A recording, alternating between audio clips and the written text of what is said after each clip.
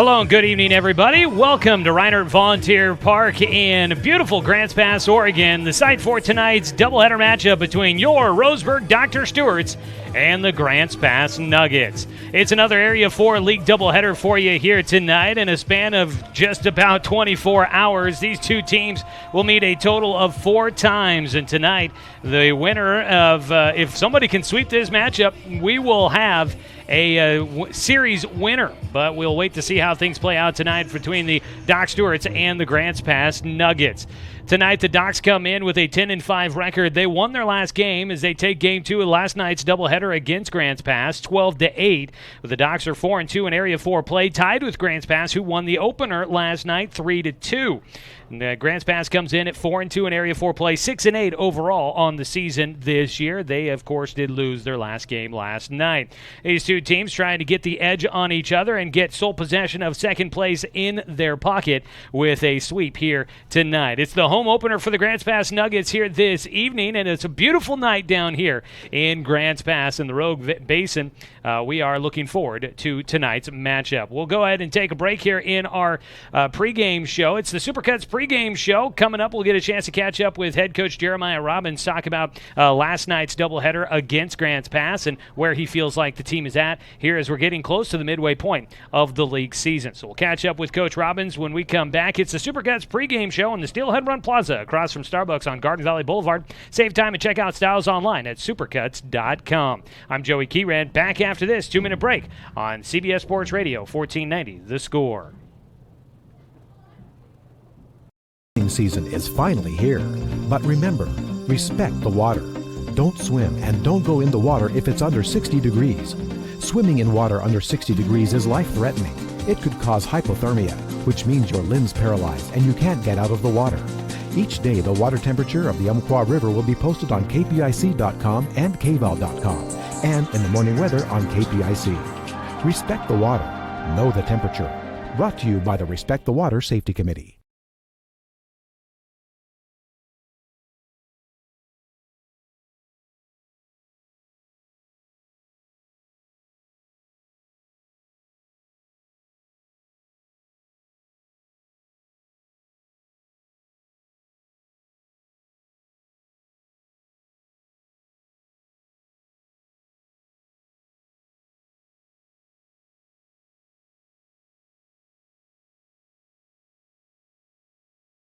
I am a nurse, a firefighter, a college student, a mother, and I am an American soldier. I will always be ready for every storm and disaster that threatens my community. I will always be there to protect my neighbors, my family, and my country. We are the Army National Guard. We are the Army National Guard. We are the Army National Guard. Visit nationalguard.com to learn more about part-time service. Looking for more local sports coverage? CBS Sports Radio 1490 The Score has you covered. Check out our homepage at 541radio.com for sports stories, scores, and podcasts. And follow us on social media. 1490 The Score is on Twitter, Facebook, and Instagram. And take the station with you wherever you go with the 541 Radio app. Download the app in your smartphone's app store and get access to a live stream of the station, sports stories, podcasts, and easy messaging with the station and others.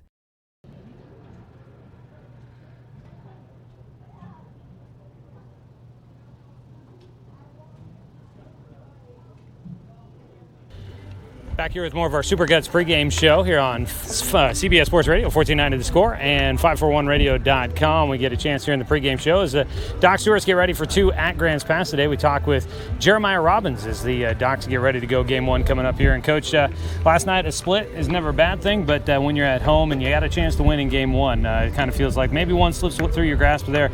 Looking back at last night, what kind of things kind of plagued you guys in game 1, and how'd you turn it around for game 2?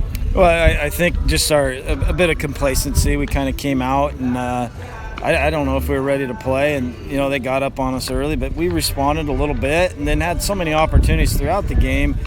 We just threw away too many at bats, and you can't do that against a good club like Grants Pass, an experienced club like Grants Pass. They've got some college guys here, so that left a bad taste in our mouth, and I thought we just competed 100% better in that second game. Got a phenomenal effort from Peyton Hope.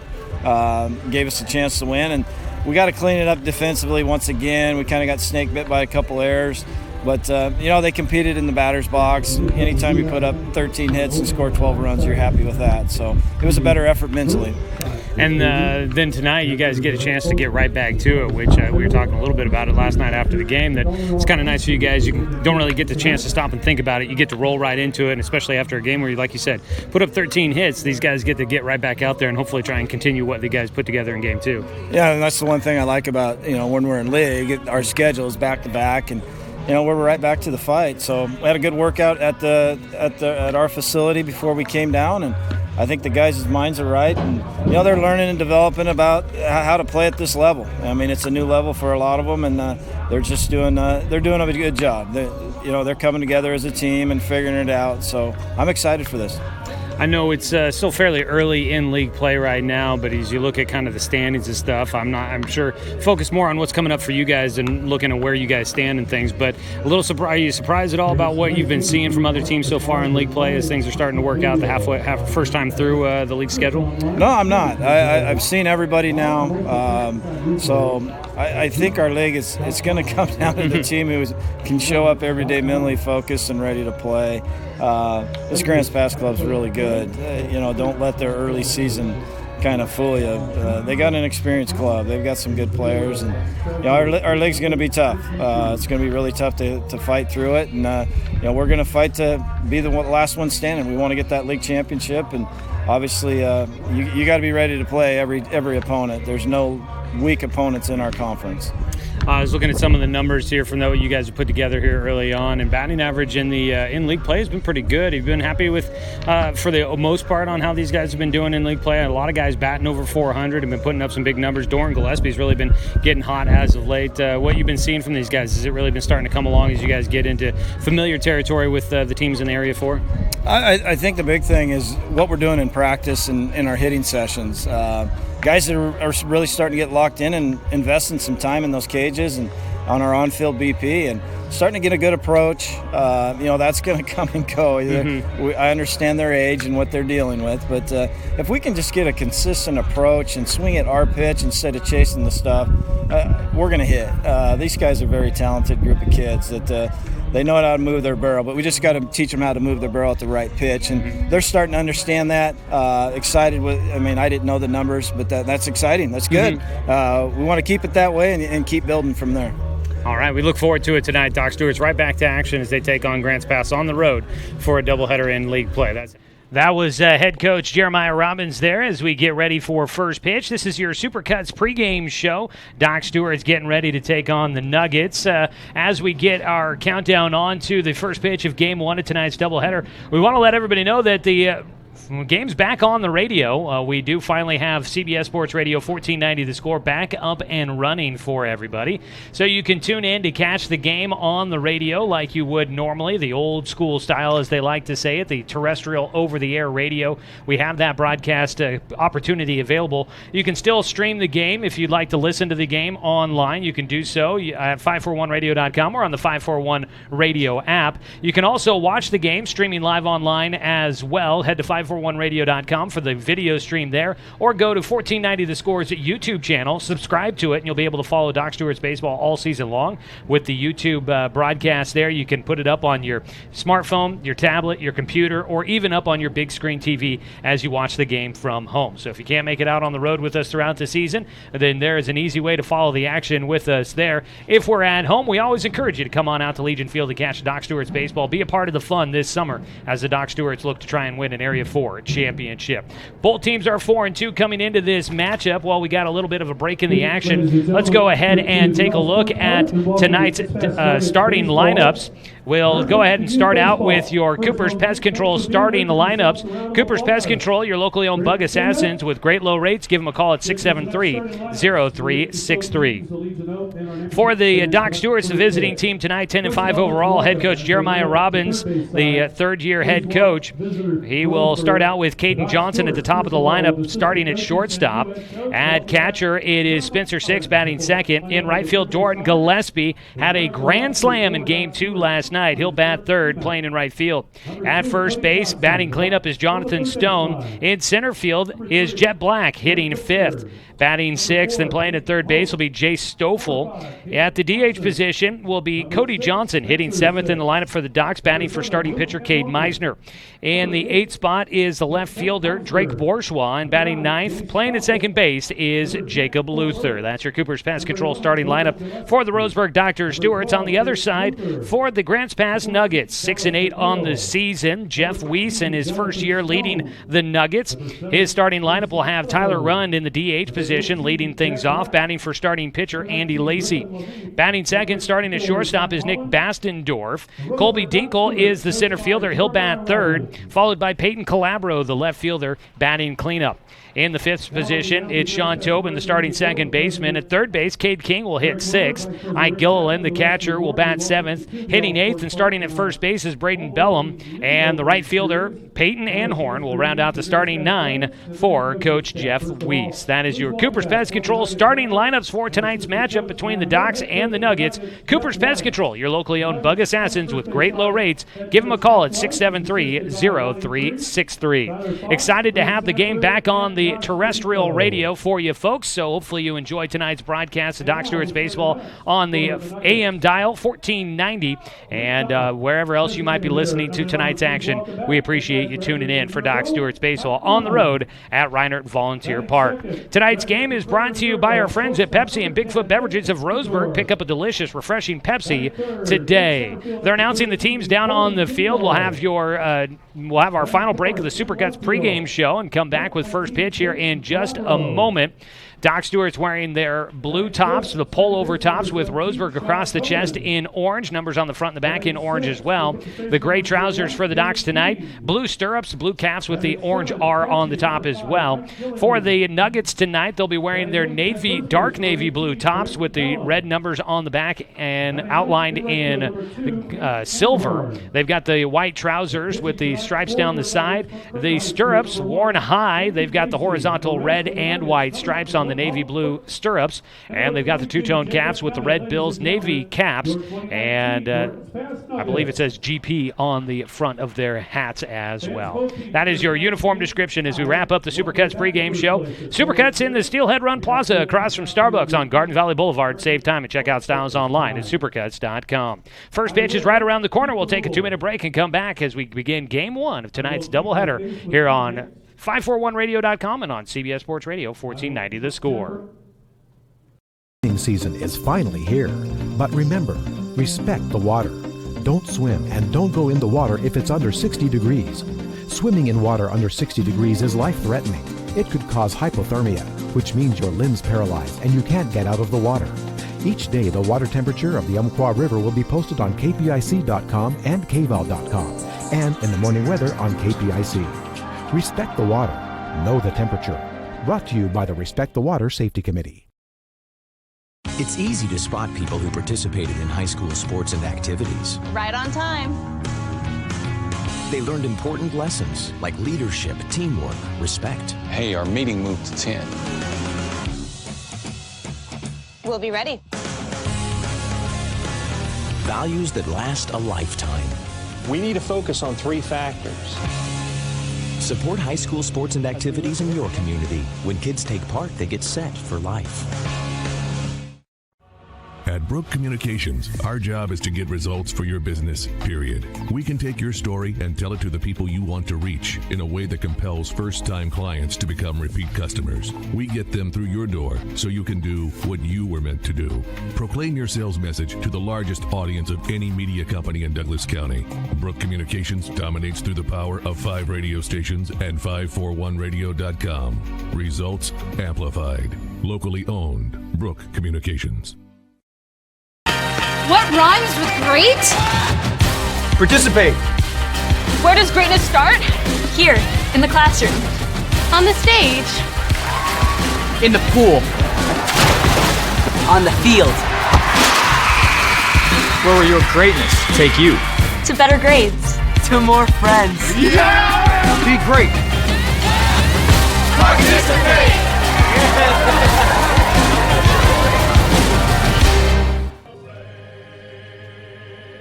Gentlemen, let's play ball.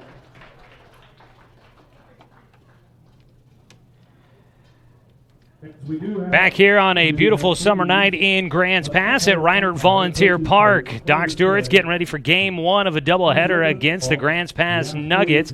Tonight's game brought to you by Bimart. Score big at Bimart where you can get ready for your season for less. Docs will be the visiting team hitting first as they exchange the starting lineups down at home plate between head coach Jeremiah Robbins and head coach for Grants Pass Jeff Weiss. In his first year leading the program, former assistant coach taking over as the leader here.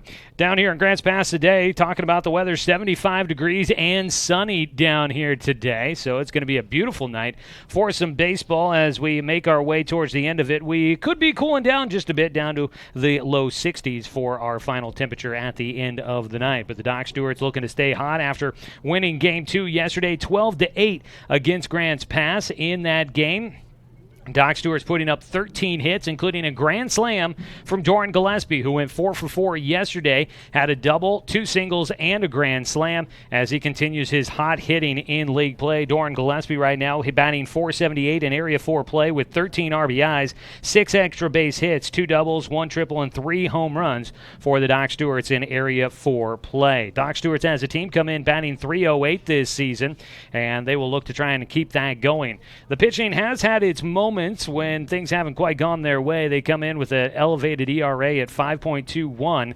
They'll look to Cade Meisner to try and keep that number low. Meisner comes in with a 1-0 record on the mound. It's only his second start of the season. It'll be his third appearance. He's pitched in 8 1/3 innings so far for the Doc Stewarts.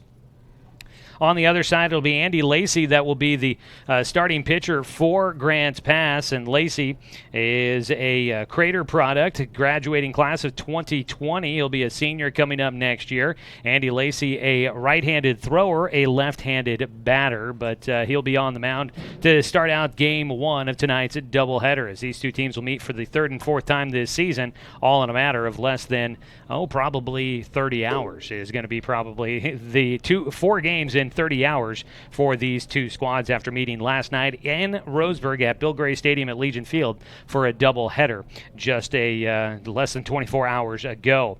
In Area 4 play today, we have doubleheaders going on. Eugene was at Medford today, and the Challengers able to sweep that doubleheader. They take game 1 10-0 against Medford, and they take game 2 5-3. So that'll put Eugene at 4-2 in league play at the moment.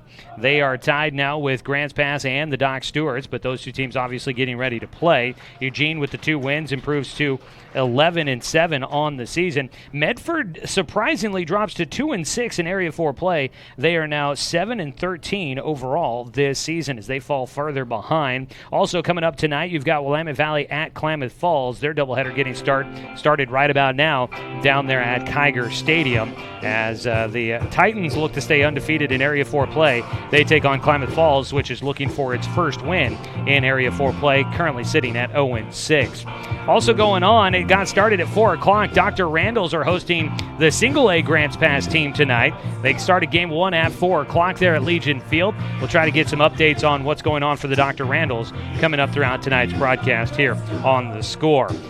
The Grants Pass Nuggets will take the field on the mound. Andy Lacey warming up. Looks like he didn't have enough time to wash his pants after yesterday's games, as it looks like Grants Pass wearing the same uniforms that they wore up in Roseburg last night. Andy Lacey last night for Grants Pass started at third base in both games, so obviously was out there getting himself dirty, getting the jersey dirty, and must have forgot to throw the pants in the wash when they got home late last night, as it was a late one. We didn't leave the ballpark until after 11 o'clock, and that means Grants Pass likely didn't get back here to Grants Pass until probably after midnight. And so going to be a late night, probably an early start for Grants Pass as well. As we get ready to go for the bottom of the first, we wrapped up our Supercuts pregame show. Tonight's game is brought to you by Cruz Farms Market, now open for the season.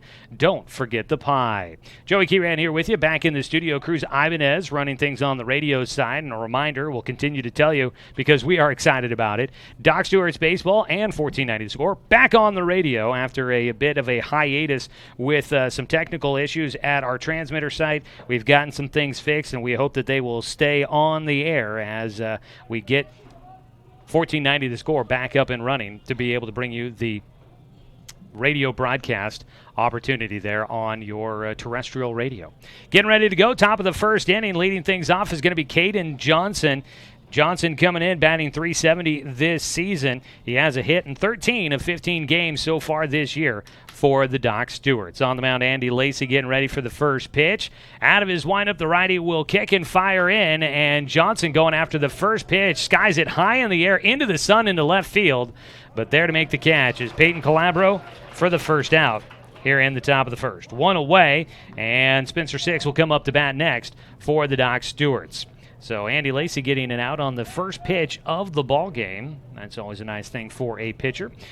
Spencer Six steps into the box right now this season. Spencer Six batting .239. He has actually been on a 6-game hit streak right now. First pitch to him hits the outside corner for a called strike as we get things underway here, top of the first inning.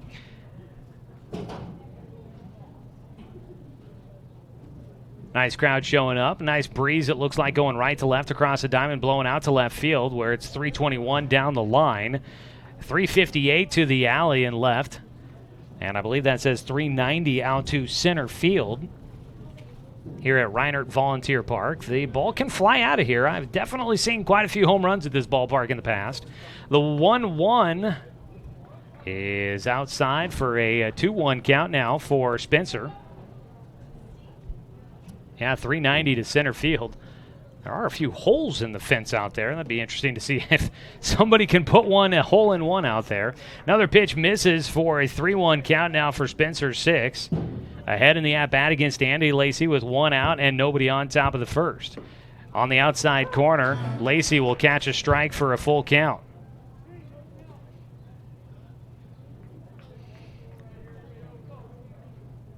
Lacey's 3-2 pitch.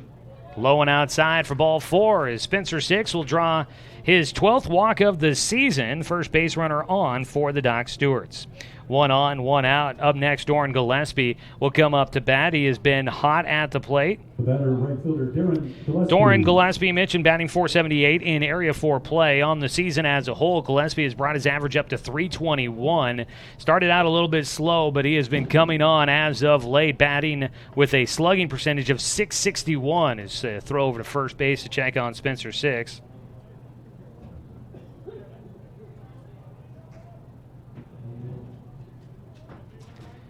First pitch of the at-bat for Gillespie, high and inside for ball 1. A 1-0 count from Andy Lacey. Look around the diamond defensively for Grants Pass here in the top of the first inning. Back behind the plate, catching for Andy Lacey is Ike Gilliland. Strike caught on the inside corner for a 1-1 count against Gillespie.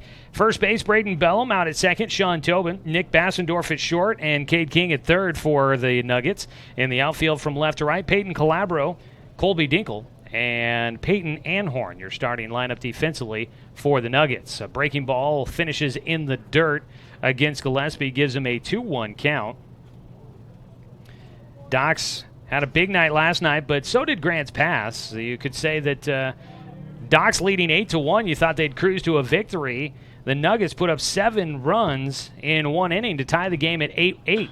As Gillespie will go right side. That's going to fall into shallow right field. Six trips around third, but he got caught in no man's land. He's got to make the decision to go to third base, and it works out for him. So he'll end up stand up at third for the Doc Stewarts, going opposite field for Gillespie. He'll find an open patch, and that puts runners on the corners with 1 out for the Doc Stewarts. Single to right field as Gillespie 5 for 5 in his last 5 at-bats at the plate for the Doc Stewarts. Going 4 for 4 in Game 2 of last night's doubleheader. So runners on the corners.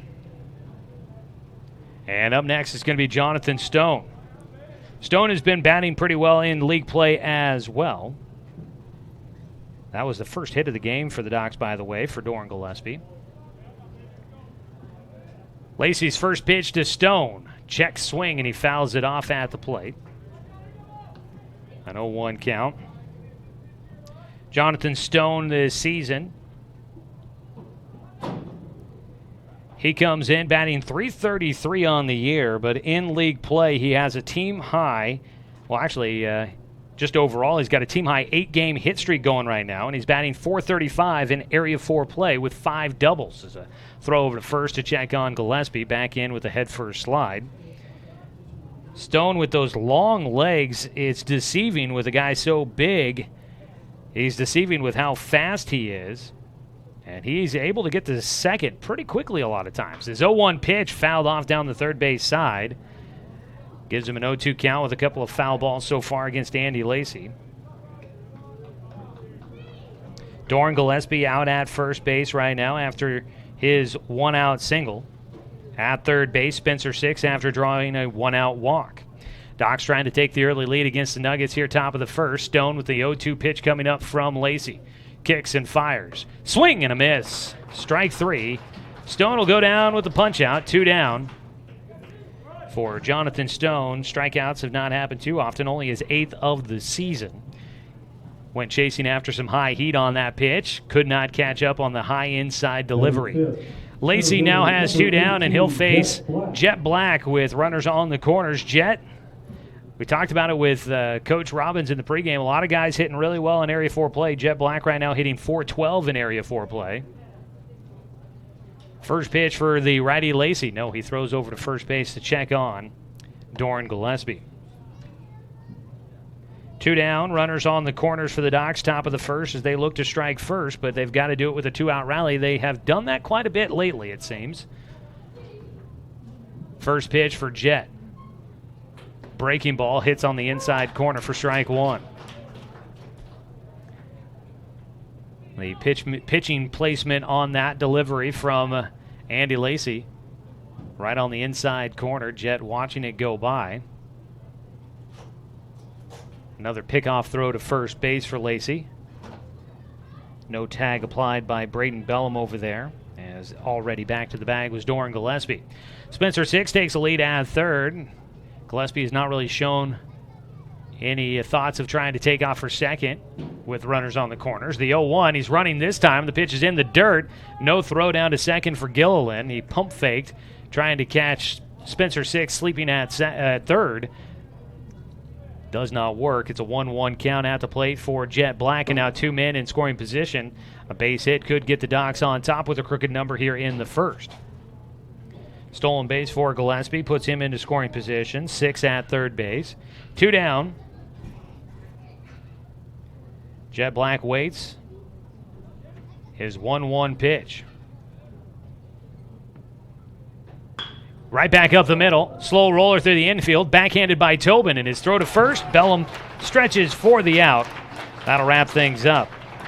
Right back up the middle for Jet Black, but he could not quite sneak it through the infield. Docs will leave 2 men stranded on base in the top of the first inning. No runs on 1 hit. There were no Grants Pass errors and 2 men left on. Scoreless after a half inning. We come up with the Grants Pass Nuggets when we return. This is Doc Stewart's Baseball on 541radio.com and on CBS Sports Radio 1490 The Score. Looking for more local sports coverage? CBS Sports Radio 1490 The Score has you covered. Check out our homepage at 541radio.com for sports stories, scores, and podcasts. And follow us on social media. 1490 The Score is on Twitter, Facebook, and Instagram. And take the station with you wherever you go with the 541 Radio app. Download the app in your smartphone's app store and get access to a live stream of the station, sports stories, podcasts, and easy messaging with the station and others. I am a nurse, a firefighter, a college student, a mother, and I am an American soldier. I will always be ready for every storm and disaster that threatens my community. I will always be there to protect my neighbors, my family, and my country. We are the Army National Guard. We are the Army National Guard. We are the Army National Guard. Visit nationalguard.com to learn more about part-time service.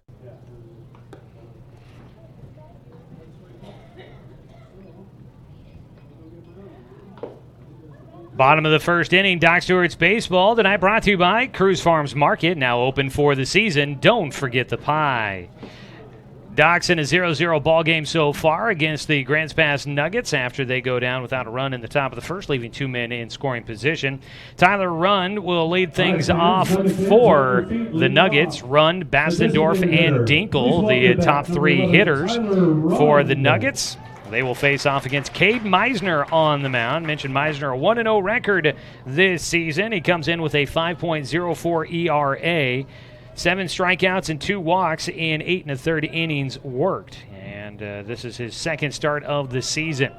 Faces Tyler Rund, the DH, to lead things off in the first pitch low and outside as we are underway in the bottom of the first inning. Scoreless ball game here. Doc's no runs on 1 hit in that first inning. Tyler Rund at the plate, right-handed batter. A returning player for this Nuggets team fouls off a pitch from Meisner.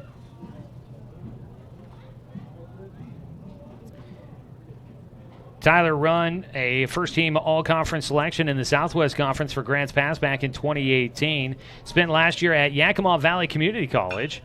Fouls off another pitch from Meisner for strike 2.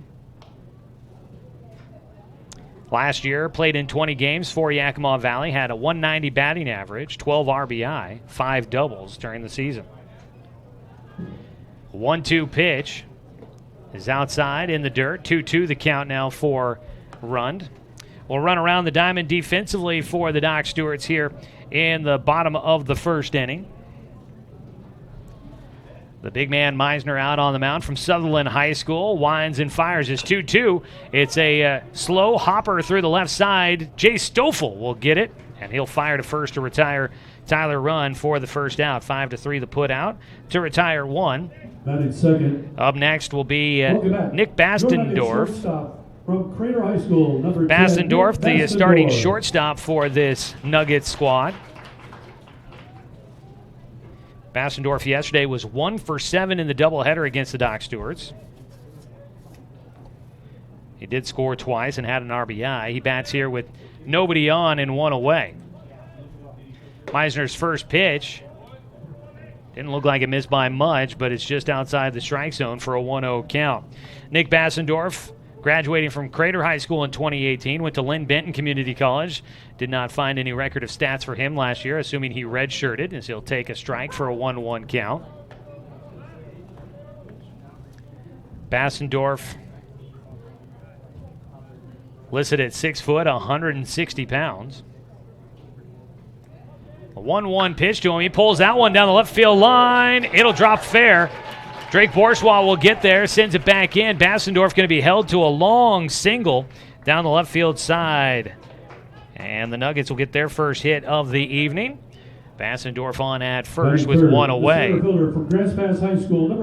So you've got 1 down and 1 on. As we go to the 3-hitter in the lineup, Colby Dinkle.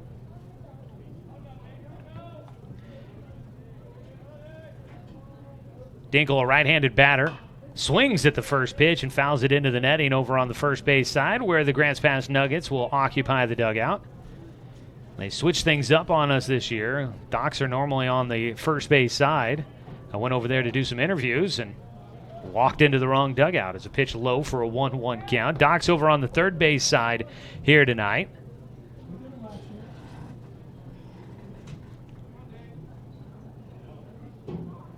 A ball and a strike. Meisner, ground ball to short, coming in. Johnson to Luther to Stone. A double play will wrap it up here in the bottom of the first inning. And that'll keep it scoreless as we go to the second inning. Here in the first, a ground ball will end it on the double play. No runs on 1 hit, no Doc Stewart errors, and nobody left on base for the Nuggets. We head to the top of the second, scoreless between the Docs and the Nuggets on 541radio.com and on CBS Sports Radio, 1490 The Score. Season is finally here, but remember, respect the water. Don't swim and don't go in the water if it's under 60 degrees. Swimming in water under 60 degrees is life-threatening. It could cause hypothermia, which means your limbs paralyzed and you can't get out of the water. Each day, the water temperature of the Umpqua River will be posted on kpic.com and kval.com, and in the morning weather on KPIC. Respect the water. Know the temperature. Brought to you by the Respect the Water Safety Committee. What rhymes with great? Participate. Where does greatness start? Here, in the classroom. On the stage. In the pool. On the field. Where will your greatness take you? To better grades. To more friends. Yeah! Be great. Participate!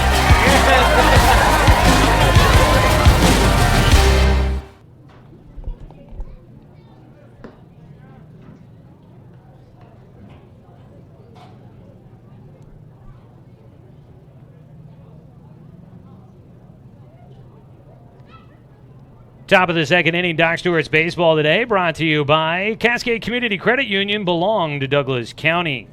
Jay Stoffel, Cody Johnson, and Drake Bourgeois, the three hitters, due up here in the second inning. A scoreless ball game between Roseburg and Grants Pass. On the mound, Andy Lacey will face Jay Stoffel. Starting at third base tonight, Stoffel, the starting pitcher in Game 1 of the doubleheader last night. He takes Lowen inside for ball one. Last night, it was a bit of a rocky start for Jace on the mound. Gave up 4 hits and 3 runs in the first 2 innings, but after that, he pitched 4 innings of shutout baseball, 4 1/3 innings of shutout baseball, and only allowed 1 more hit the rest of the game. So he did everything he could to keep the Docs in that matchup. But unfortunately, the Docs offense just could not muster up enough support for him as the Docs lost 3-2 in that opener. A 1-1 count for Stoffel here as Lacey kicks and fires. Breaking ball over the heart of the plate for strike 2. At the plate here in the summer, and not as much production for Stoffel as he had during the spring season when he hit really well for the Roseburg Indians, one of the team leaders in batting average. Right now hitting just 179 for Stoffel here during the summer. The 1-2 pitch outside, 2-2 count for him. Stoffel leading things off. Docs left runners at second and third in the first inning. Scoreless ball game between the Nuggets and the Doc Stewarts. The 2-2 pitch here from Lacey. Swing and a foul tip into the glove for strike 3. Another punch out for Andy Lacey to retire the first batter. Cody Johnson will step in next with 1 out and nobody on base. Want to say hello to the Johnson family enjoying tonight's broadcast from home. Sorry you guys couldn't make it down here to Grants Pass for the game, but appreciate you guys tuning in, and thanks for the kind words online there on Facebook. The first pitch to Cody Johnson comes as a strike on the inside corner. Breaking ball there for strike 1. Enjoy all the Johnson family, and have been a pleasure to cover their boys. I'll get a chance to do some more with Caden coming up in the future. This last year I'll get the chance to cover Cody Johnson. Always sad to say goodbye to players. Cody has been a favorite for sure. They're all favorites, though, if you ask me. I'll say that about all of them at some point, I'm sure. A 1-1 to Cody. Gets underneath it. In the air to right field. Coming in, Peyton Anhorn will make the catch for the second out. So Cody Johnson will go down with a pop fly to right field. But again, I want to say thanks to the Johnson family for tuning in for tonight's broadcast. Cody back to the dugout, 2 down. And up next, Drake Bourgeois will bat for the Docs. Drake from Riddle High School. Talked to him in between games last night. Get a chance to catch up with Peyton Hope here this evening. First pitch from Andy Lacey. High and away for ball 1. We do our series of player interviews throughout the season, and we have not had a chance to get them posted online yet, but we are working on updating the roster page with player bios as well as those interviews that we've done with players so far, so stay tuned for those. We'll get you a heads up when that is available online at 541radio.com. As a swing and a miss out of Bourgeois gives him a 1-1 count. Those player interviews can be found on the Doc Central page there on the 1490 The Score homepage at 541radio.com. 1-1 pitch. Bourgeois fouls it down the first base side for strike 2. We so far have spoken with Garrett Zymet, with Cody Johnson, Drake Bourgeois, and tonight we talk with Peyton Hope in between games. Peyton was the starting pitcher in Game 2 last night, did not factor into the decision, though. As a pitch high and inside to Bourgeois gives him a 2-2 count. Drake this season has had limited at-bats, only 15 at-bats this year for him, but he does come in batting .333 with 5 base hits on the season. He's got a 2-2 count. Time called those off the mound. Andy Lacey will reset. Drake steps back in. 2 outs, nobody on base. Top of the second in a scoreless ball game. The 2-2 pitch. Strike 3 called outside corner. And Andy Lacey gets the favorable call from the home umpire. That'll wrap things up in the top of the top of the second inning. A 1-2-3 frame for Lacey with 2 more strikeouts added to his total. He's got 3 in the game. Doc Stewart's unable to do anything. We go to the bottom of the second as the game is tied at 0 here on 541radio.com and on CBS Sports Radio 1490 The Score.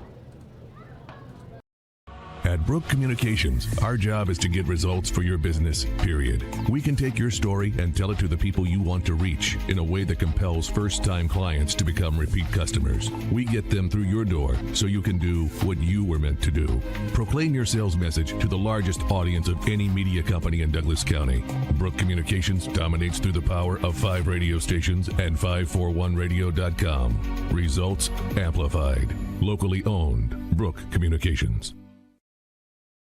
It's easy to spot people who participated in high school sports and activities. Right on time. They learned important lessons like leadership, teamwork, respect. Hey, our meeting moved to 10.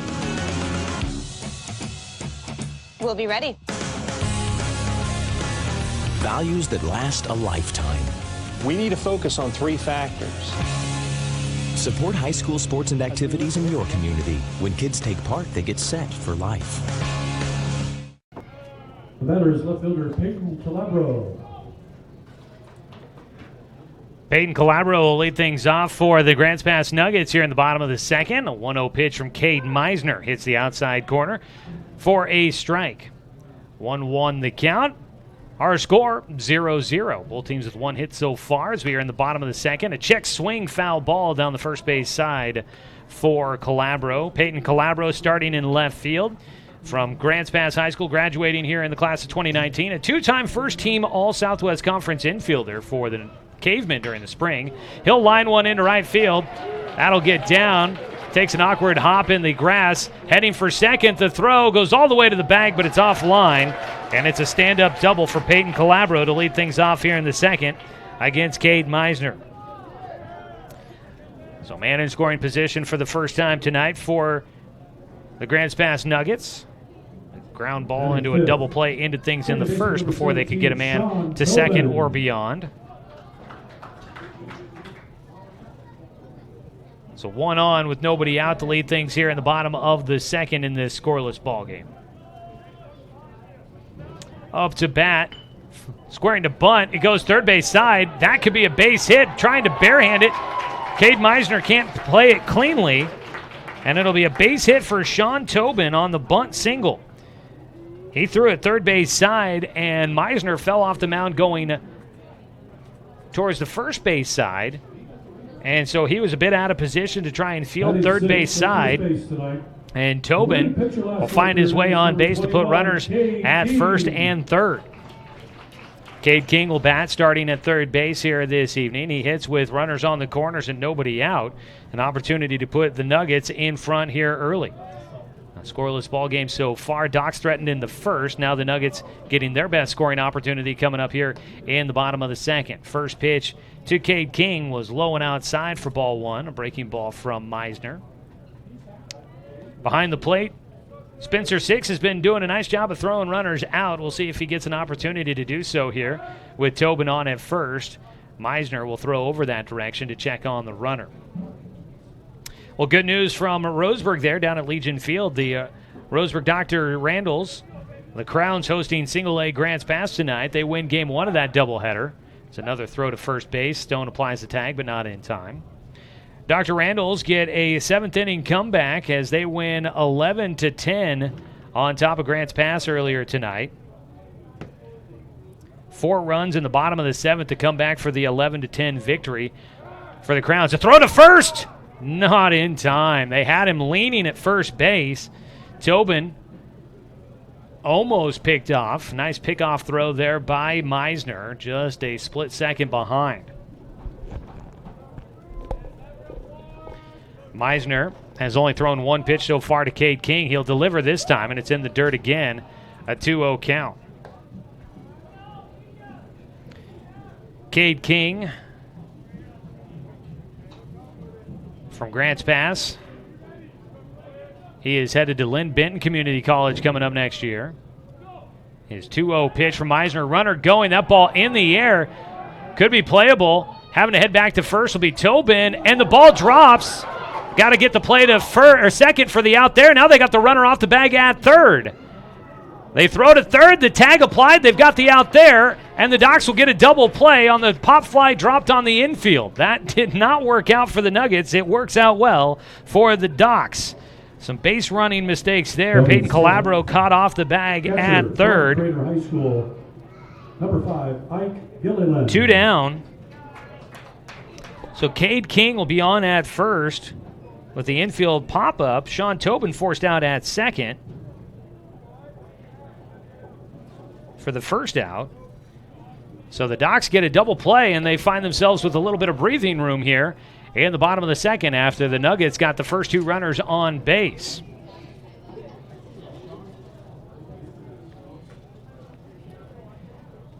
One on and 2 down. The 1-0 pitch here to Ike Gilliland is called for a strike. 1-1 the count. So I guess, let's see here. That's going to be a pop fly fielder's choice, I think is what you officially call that. As a strike on a swing and a miss for strike 2 for Gilliland.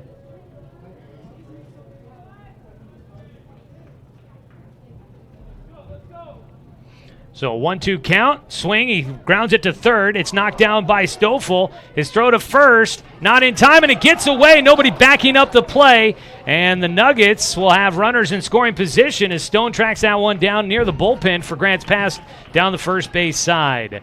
An error on Jace Stoffel will keep the inning going. He had a ground ball to try and finish it off, but misplayed it on the fielding portion and then throws it away to first as he tried to rush it over there to get Gilliland.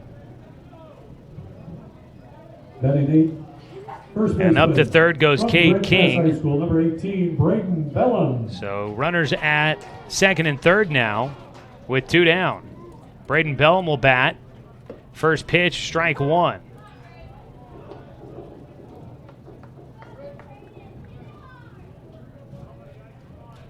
An 0-1 count for Bellum. He drives one to center field. Jet Black on the run, reaches up, and he can't make the play. 2 runs will score on Bellum's hit to the wall. He's in with a stand-up double, and the Docs almost get out of the second, but they can't quite get there. 2 runs will come in for the Nuggets. And the Doc Stewarts find themselves trailing now on a ball. Hard hit from Braden Bellum. A big guy. A lot of power behind that swing, and he shows it off there, driving in 2 with a stand-up double. A 2-out hit. Gets Grants Pass in front here in the second. First pitch swing and a foul ball for the 9-hitter Peyton Anhorn.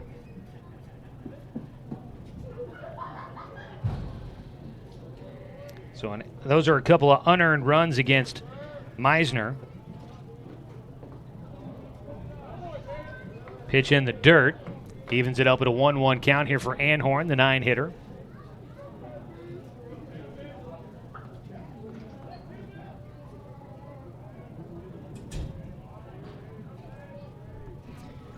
The 1-1 from Meisner. Outside corner called for a strike.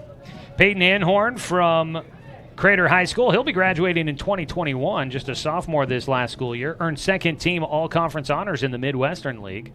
Swings and misses for strike 3, and that'll wrap it up. First strikeout of the night for Cade Meisner. And the strikeout will end things here in the second. But a 2-out double from Braden Bellum puts the Grants Pass Nuggets on top. They lead 2-0. 2 runs on 3 hits, 1 Doc Stewart error, and 1 man left on base. After 2 innings of play, 2-0. The Nuggets on top of the Docs here on 541radio.com and on CBS Sports Radio 1490. The Score.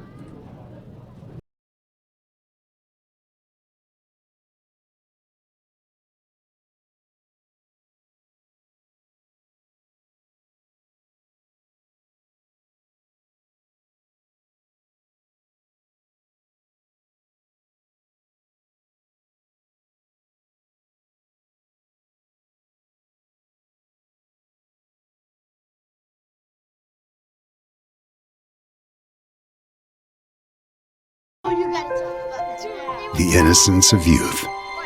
Is there anything any better? But soon they'll be in high school and facing all the same challenges you faced. How to make friends, how to fit in, how to be cool. We want our children to have everything they'll need to live fulfilling and productive lives. Make sure the kids in your family are among the more than 120,000 participants here in Oregon who take part in high school sports or activities.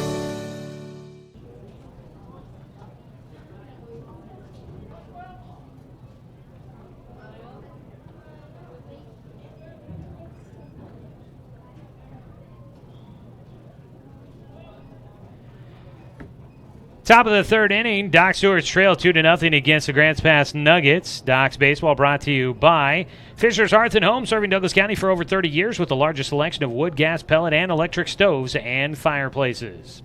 Leading things off, first pitch swinging for Jacob Luther. He'll launch one out to center field for a leadoff out. Right underneath it, Colby Dinkle in center field. Didn't have to adjust much. As on the mound, Andy Lacey now working with a 2-run lead, and he gets another 1-pitch, 1-out from the Docs at the top of the order. We go back to the top of the lineup with 1 out. It'll be Caden Johnson hitting. He swung at the first pitch of the ball game and flew out to left field, 0 for 1 in the game so far. The first pitch of his second at-bat misses high and away for ball 1. Doc Stewart's almost got out of that second inning after Grants Pass got runners on base, first and third, with nobody out. A unconventional double play worked out for him, and it almost looked as if they might get out of it, but an error at third base for Jay Stoffel ended up allowing the inning to continue, and that ended up costing the Docs a couple of runs. 2-0 count for Caden Johnson. Andy Lacey trying to work with his two-run lead and see if he can hold it for the Nuggets. He'll misfire outside, a ball that gets past the catcher all the way to the backstop. Here at Reinert Volunteer Park, a pretty decent-sized apron around on both sides in foul territory, so a lot of room for players to work, and pass balls getting by can allow a lot of room to run for base runners when things get by the catcher. A strike called. Top outside edge of the strike zone for Caden Johnson. He's got a 3-1 pitch coming, and it's low for ball 4. He'll draw the walk.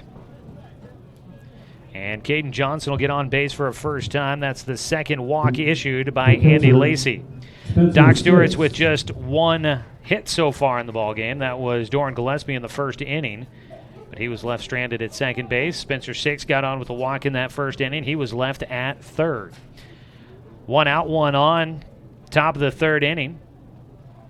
Lacey, the righty, versus Six, the lefty. First pitch in the dirt for ball 1.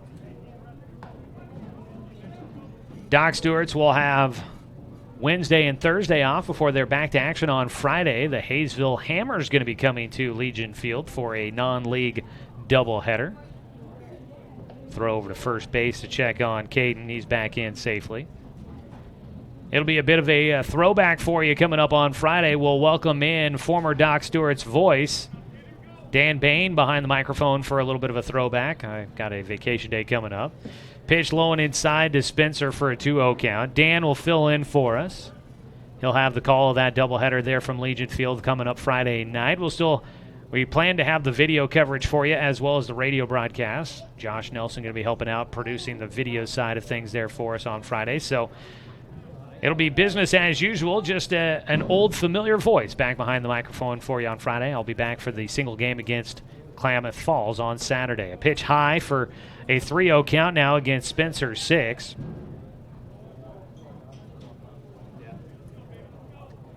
Andy Lacey trying to avoid putting a second runner on via the walk here in the third, and he will not be able to avoid it as he walks Spencer Six on 4 straight pitches. Second walk of the game for Spencer. Third walk issued by Andy Lacey. And with that, you get a visit to the mound for the Grants Pass Nuggets. Tonight's game is brought to you by our friends at Chuck Swarman Family Auto Repair. Are you ready to go where life takes you? So Dan will be back into the booth coming up on Friday, and appreciate him stepping in and filling in, allowing me to have a day off here during the summer season. It gets busy, and Got to take the opportunities when you get them, I think. But looking forward to getting back behind the microphone after that and kind of getting into what will be the stretch run. The start of July is going to be very busy for your Dr. Stewarts. They play up in Corvallis. Play up in Corvallis at the Mickey Riley Star Spangled Tournament up there. And in that tournament, Doc Stewarts will play 4 games in 4 days. And then they've got back-to-back days after that with league doubleheaders. So it's going to be another one where they play 8 games in a 6-day stretch. Up to bat will be Doran Gillespie, 1 for 1 in the game with a single. First pitch, a breaking ball. Misses low for a 1-0 count.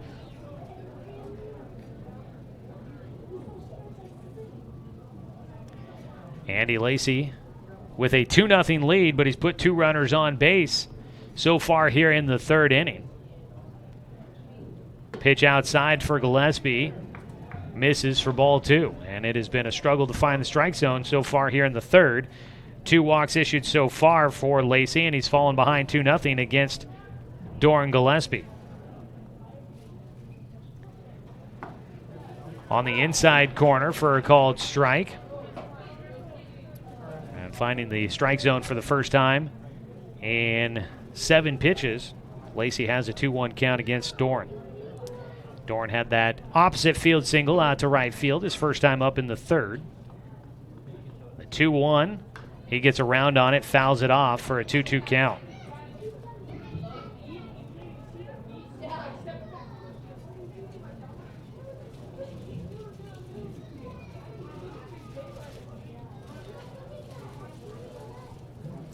So 2 balls and 2 strikes against Doran Gillespie, the right fielder, looking to try and drive in the first run of the game for the Doc Stewarts. Has an opportunity to do so here. Out at second base is Caden Johnson. Spencer 6 at first. Andy Lacey takes his time on this 2-2 delivery. He'll fire in a breaking ball. Fouled off. That one in the air. First base side. And that one too far down the line for Braden Bellum at first. He jogged over that direction, but was not in the vicinity of making a catch there.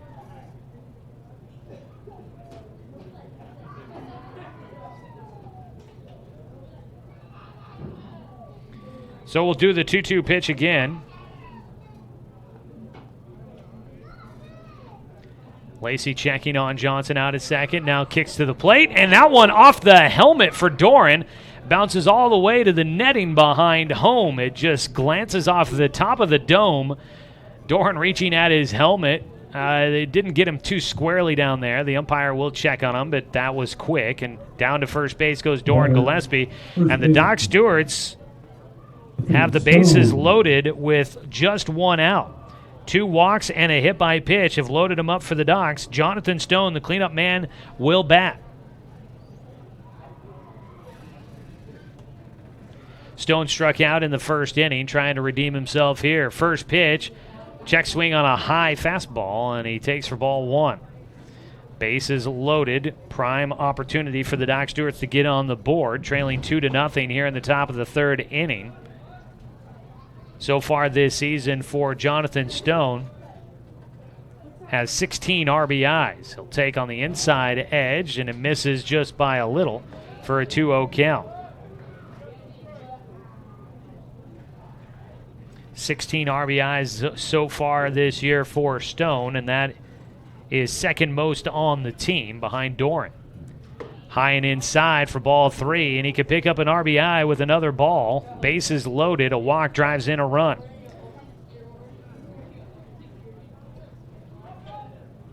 Andy Lacey struggling with the strike zone here in the 3rd. His 3-0 pitch to Stone has to be there, and he'll get it.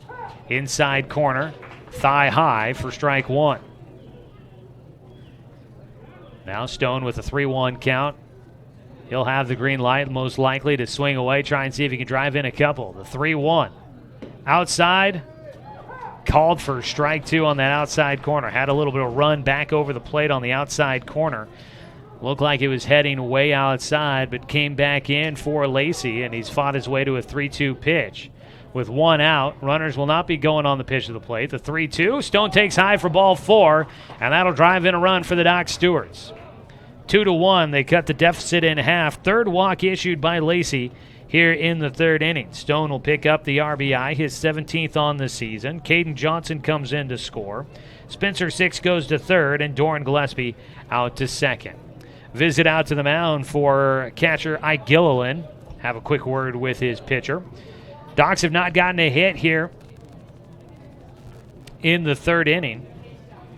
Jacob Luther led it off with a fly ball out to center field on the first pitch from Andy Lacey, and since then it's been walk, hit by pitch, and a walk. So the base is still loaded for Jet Black, who grounded out to second his first time up. Almost drove in the first run of the game for the Docs, but couldn't sneak it through the infield as the throw back to the mound goes past the pitcher. Lacey backed up by second baseman Sean Tobin. Jet Black taking the first pitch for ball one. And looks like they're going to start getting some action going in the bullpen for the Nuggets. It's a strike on the outside corner, 1-1 count. Got the dugout and the tree kind of in the way down there. Can't quite tell you who's throwing for the Nuggets at the moment. Docs trying to even it up here. It's 2-1 the score. Docs trailing by 1 against the Nuggets. Swing and a miss on a breaking ball. Just emptied out underneath the bat there for Jet Black. Swung right through it. And it's a 1-2 count now for Lacey. For the first time in a while, it feels like he is ahead of a batter. The 1-2 pitch to Jet. Breaking ball, strike 3 called. Jet will go down looking. Watch the nice breaking ball go by. Lacey, a lot of movement on that pitch. Hits the strike zone and fools Jet Black for the second out. That is the 4th strikeout of the game for Andy Lacey. Base is still loaded with 2 down. Docs trailing 2-1. They've gotten 1 run in so far. Jay Stoffel will try to tie it up. First pitch high and inside for ball 1. Stoffel struck out in the second inning. Led things off with a strikeout swinging. Again, he'll try to get some redemption here. He's got a man at third. That is Spencer Six. Out at second base, Doran Gillespie. Jonathan Stone at first. 2-0 count now for Stoffel.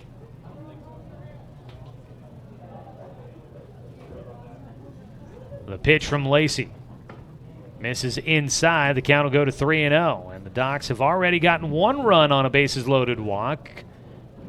Lacey on the verge of possibly walking in the game-tying run here with 2 down in the third. 3-0 to Stoffel is high and outside, and that will tie it up. Another walk issued by Andy Lacey drives in Spencer Six, and that is 4 walks here in the third and a hit batter. And the Doc Stewarts are back in this ball game, tied at 2. And it's really not by any doing of their own. At least the only thing they have done is not chase pitches outside the strike zone. Andy Lacey doing all the rest of the work for the Docs here in the third inning. Cody Johnson will bat. First pitch, a strike down the middle for Johnson. I'm sure the indication from the coaches for the Docs, go up there and take until you see a strike. Johnson sees the first one, so he'll stand in ready to hit with an 0-1 pitch coming from Lacey. Breaking ball carries outside for a 1-1 count. Doran Gillespie now at third, Jonathan Stone at second, and Jay Stoffel at first. Stoffel and Stone both walking to get on base, and Doran got hit by a pitch in the helmet. He's at third. The 1-1 taken high by Cody Johnson, and it's a 2-1 count. Well, these are some of the most frustrating for a pitcher, I'm sure. Most of the damage done here has been self-inflicted for Andy Lacey. He checks out at second as Stone takes the lead. He'll kick and fire the 2-1, and it's upstairs for a 3-1 count. And this is where the sport of baseball can be just an absolutely cruel mistress. He can throw strikes. He's got 4 strikeouts. He was wheeling and dealing through the first 2 innings and not giving up, or only giving up 1 hit. Now he can't find the strike zone, as he will get a 3-1 pitch on the very outside edge of the strike zone to take it to a full count with 2 down. The runners will be going. Lacey had looked good through the first 2 innings, and here in the third, things fall apart as he gives up the lead. His 3-2 pitch to Johnson. Runners moving, and it's ball 4, and the Docs will have the lead 3-2. Another walk brings in another run for the Doc Stewarts. That is now 5 walks issued here in the third, and still nobody coming out of the dugout to pull him. They will leave Lacey in, at least for the time being. They have had some action in the bullpen for the last couple of minutes for the Nuggets. The ninth hitter to the plate, Drake Bourgeois, coming up to bat for a second time in the ball game. He'll take high for ball one. Station to station for the Docs here, and now out of the dugout, I believe that is head coach Jeff Weiss out there to go have a conversation, and that looks like it'll be the end of the day for Andy Lacey. Through the first 2 innings, he only gave up 1 hit. In fact, he is still only given up 1 hit, but he has missed the strike zone, and he has not been able to find an out as he has walked 5 batters here in the 3rd inning and has driven in 3 runs. And Andy Lacey will head back to the dugout, his head hanging low, as he's not happy the way how things have gone for him here today. He comes out of the game with a 1-0 count against Drake Bourgeois, a new man on the mound for the Grants Pass Nuggets. When we come back, this is Doc Stewart's Baseball. A call to the pen brought to you by Shelby and Migulana Construction. We'll tell you all the details when we come back after this 60-second break on 541radio.com and on CBS Sports Radio 1490 The Score. It's easy to spot people who participated in high school sports and activities. Right on time. They learned important lessons like leadership, teamwork, respect. Hey, our meeting moved to 10. We'll be ready. Values that last a lifetime. We need to focus on 3 factors. Support high school sports and activities in your community. When kids take part, they get set for life.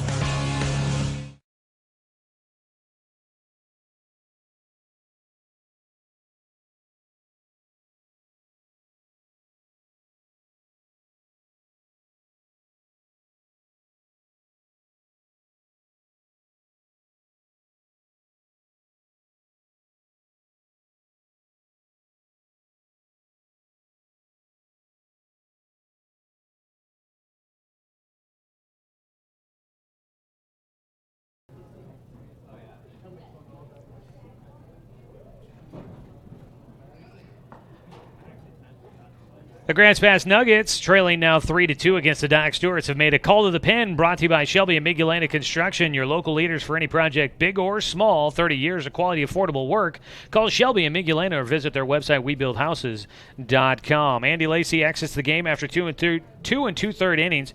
He gave up just 1 hit, credited with 3 runs at the moment, 6 walks and 4 strikeouts. He did hit 1 batter. Taking over on the mound will be Jacob Mehmet, the right-hander, out there on the mound from Crater High School, graduating class of 2020. And he inherits a 1-0 count against Drake Bourgeois.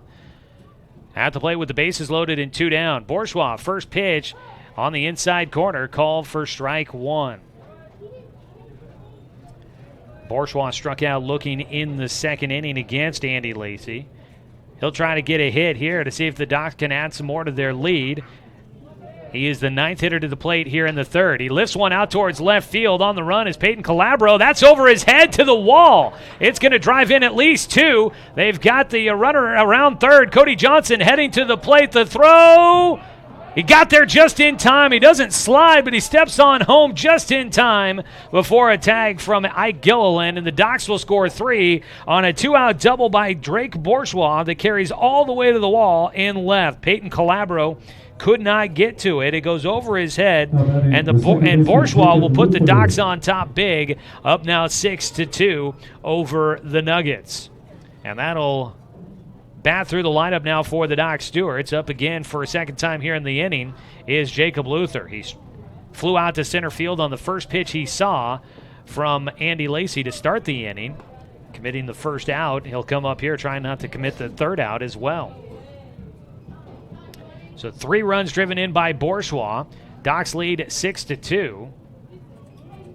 The 1-0 is high for a 2-0 count against Luther. Jacob Mehmet out there on the mound. So those 3 runs that come in to score all go to the credit of Andy Lacey. So he'll finish with 6 runs allowed. There's a strike taken. 2-1 the count against Jacob Luther, the second baseman, batting for a second time here in the 3rd inning. The 2-1. Luther gets underneath it, out into shallow left field. The shortstop going out. Bastendorf waiting for it, and he'll make an acrobatic catch. He had been camped underneath it. The ball carried just a little bit longer than he was anticipating, but he does make the catch for the final out as Jacob Luther unfortunately makes the first and the last out here in the third inning. But the Doc Stewarts take the lead here in the third. Andy Lacey gets a little erratic and cannot find the strike zone, and the Docs take advantage. 6 runs on just 1 hit, no errors for the Nuggets, and 1 man left on base for the Doc Stewarts. We'll come back with the bottom of the third inning. Docs leading 6-2 on 541radio.com and on CBS Sports Radio 1490 The Score.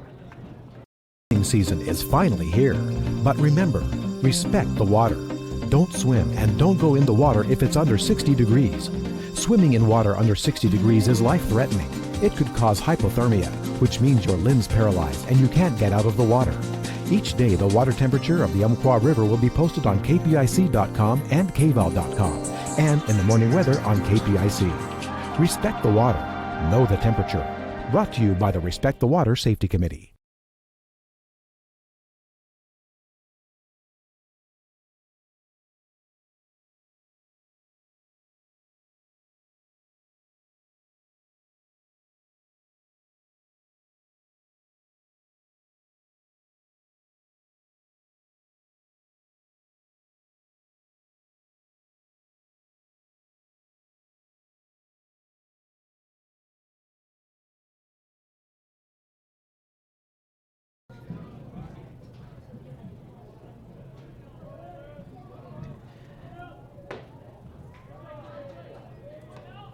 Cade Meisner now working with the lead against the Grants Pass Nuggets. He'll face the top of the order here. Tyler Runn standing in, a 1-0 count for him. A pitch on the outside corner will get called for a strike. 1-1 for the leadoff man. Tyler Runn 0 for 1 in the game, grounded out to third his first time up. Docs leading 6-2 now. Ground ball fouled off on the third base side for Runn. All 6 runs coming there in the top of the third inning for the Doc Stewarts. And looking at it, putting the final numbers together for Andy Lacey, 6 runs allowed, all 6 of them were earned. He pitched 2 2/3 innings, gave up just 1 hit, but 6 walks, 4 strikeouts, and a hit by pitch. The 1-2 pitch is called for strike 3 on the inside corner for Cade Meisner, and he will sit down Tyler Runn with the strikeout. Second of the game for Meisner. Don't strike out when it comes to water for your home. Called more well drilling. 541-459-4039. 1 away, nobody on base as we start things here in the bottom of the third inning. Up to bat will be Nick Bastendorf, the shortstop. He has a single in the game already. A breaking ball from Meisner, left high for ball 1. Bastendorf in the bottom of the first inning got his only hit of the game so far. Had a single to left field down the line. He'll watch a breaking ball go by low. Scooped up out of the dirt by Spencer Six for a 2-0 count. Doc Stewart's Baseball tonight also brought to you by our friends at Flyaway Travel. Book your travel plans with their travel experts, now located at 1445 West Harvard Avenue in Roseburg. The 2-0 pitch from Meisner is low for ball 3. So the Docs taking advantage of the erratic nature there from Andy Lacey in the third to pull ahead. They've just got 2 hits in this ball game. The 3-0 is taken low for ball 4 by Bastendorf. That's kind of how things started in the top of the third inning for Andy Lacey. He got the first out and then walked a batter, and it started going downhill from there. Meisner looking to avoid a similar fate. He's got a man on at first with 1 out. The center fielder coming up to bat, it'll be Colby Dinkle at the plate. First pitch swinging for him, rolls it to short. It takes a late hop on Caden Johnson out there at shortstop. A late hop, and he's unable to field it. And that's going to be, I'm going to say, a single there for Dinkle. That one, it is not easy to deal with the field playing surface sometimes in this sport. That was looking like a tailor-made double play ball, but unfortunately that late hop spoiling that thought as the first pitch fouled away now by Peyton Calabro, who's up to bat with 2 on and 1 out. His team trailing by 4. Runners at first and second. Calabro had a double in the second inning to lead off the frame. He'll take down in the dirt for ball one, a 1-1 count for him now.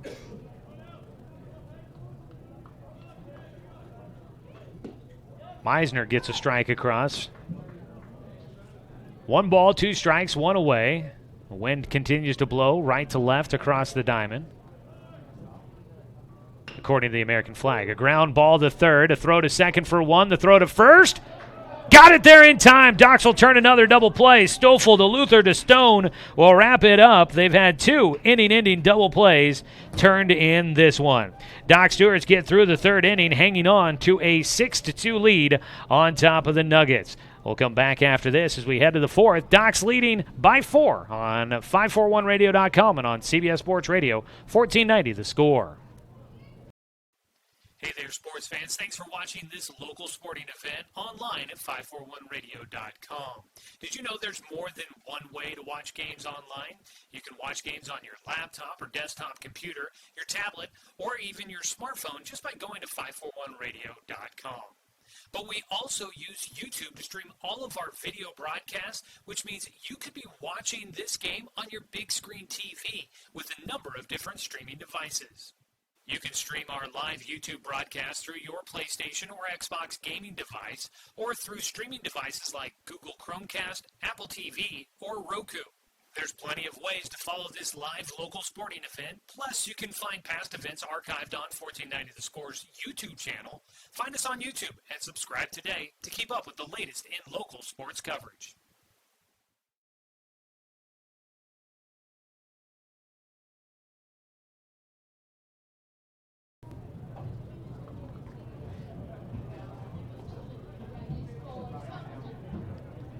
Top of the fourth inning, Docs leading at 6-2 on top of the Grants Pass Nuggets. Game 3 of this 4-game series.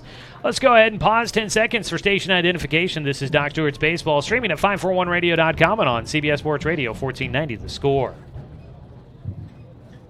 Leading off for the Docs, shortstop,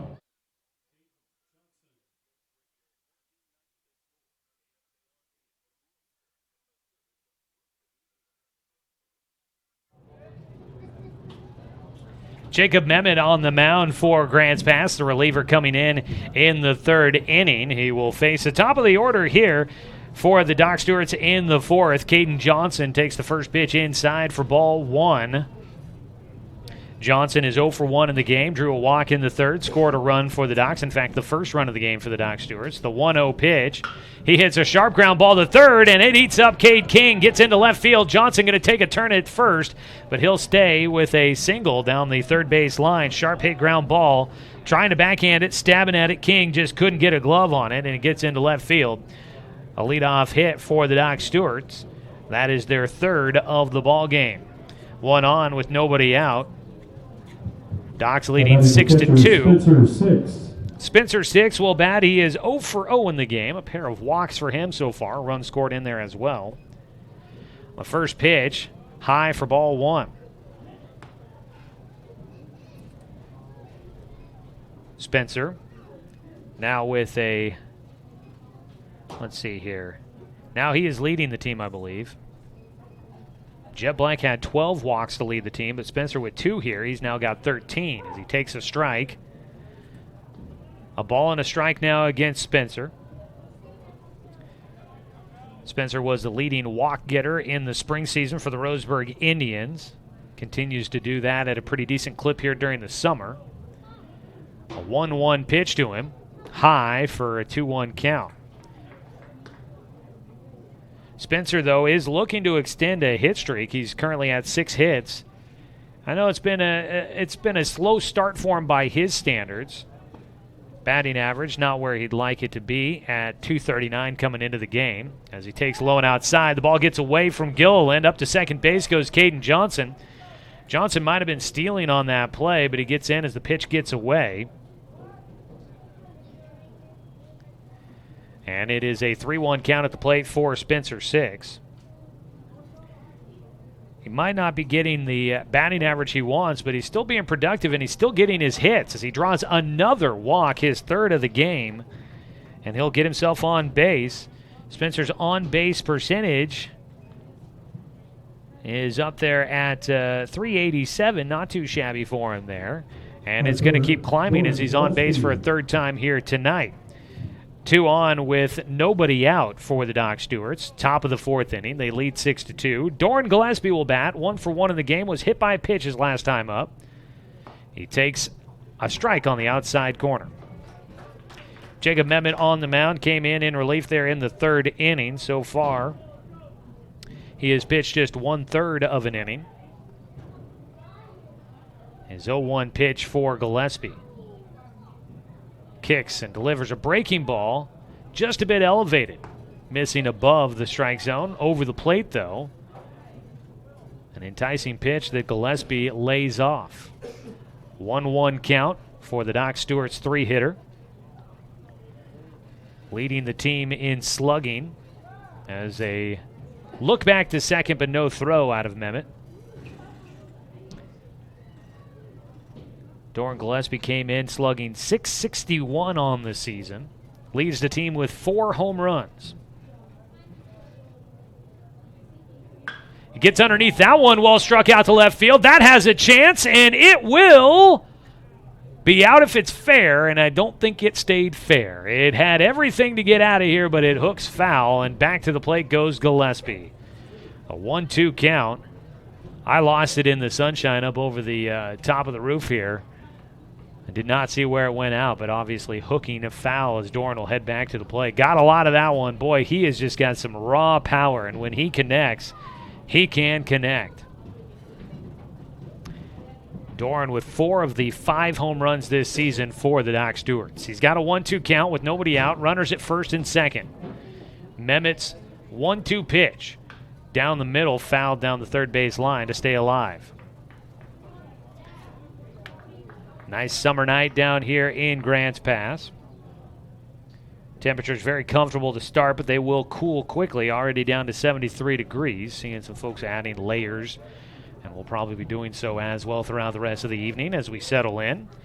A 1-2 pitch, game 1 of a doubleheader here. Doc's up by 4. Memmett's pitch pulled down the third base line, just foul down the line there.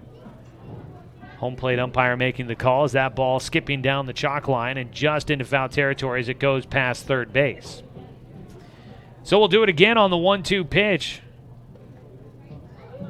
Gillespie battling at the plate against Jacob Memmott. He has just a single so far, one of 3 hits in the game for the Doc Stewarts. The 1-2 delivery from Memmott. Swing and a miss. Gillespie goes down. A throwback to second. Gets into center field. Johnson's going to get up and head for third. His foot race to the bag. He's in there in time, and the ball gets away again. Johnson's going to head for the plate. He'll come in to score as that ball gets out of play. Up to second base goes Spencer 6. The Docs will tack on another with some smart and aggressive base running out of Caden Johnson. And Doran Gillespie is out on the play with the strikeout. But the pickoff attempt by Ike Gilliland gets away at second. Johnson goes to third, and then Colby Dinkle's throw to third base gets away, and the Doc Stewarts will add a run, and all the way up to third goes Spencer 6. So 1 out now, 1 run in, a man at third, and up the bat is Jonathan Stone, who will take the first pitch for strike 1. So a strikeout for Gillespie. That's the first of the day for Jacob Memmott. 1 out. We got to figure out what happened on the rest of those plays there. The 0-1 pitch from Memmott, a fastball in the dirt for a 1-1 count against Stone. So the strikeout, but then you had the error on the throw by the catcher, putting Johnson to third, and then an error on the center fielder, scoring Caden Johnson.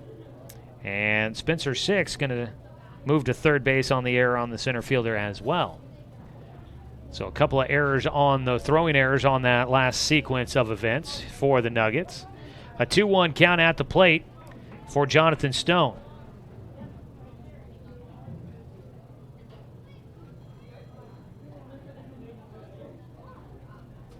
Two balls and a strike. Memmott with a man at third and 1 out.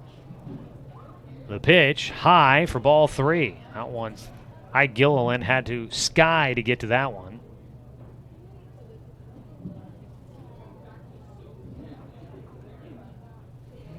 3 balls and a strike for Jonathan Stone. Stone is 0 for 1 in the game, a walk and a strikeout.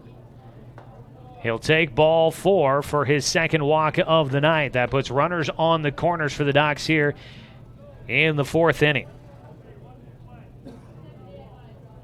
For Jacob Memmott, that is the second walk he has issued, both coming here in the 4th inning.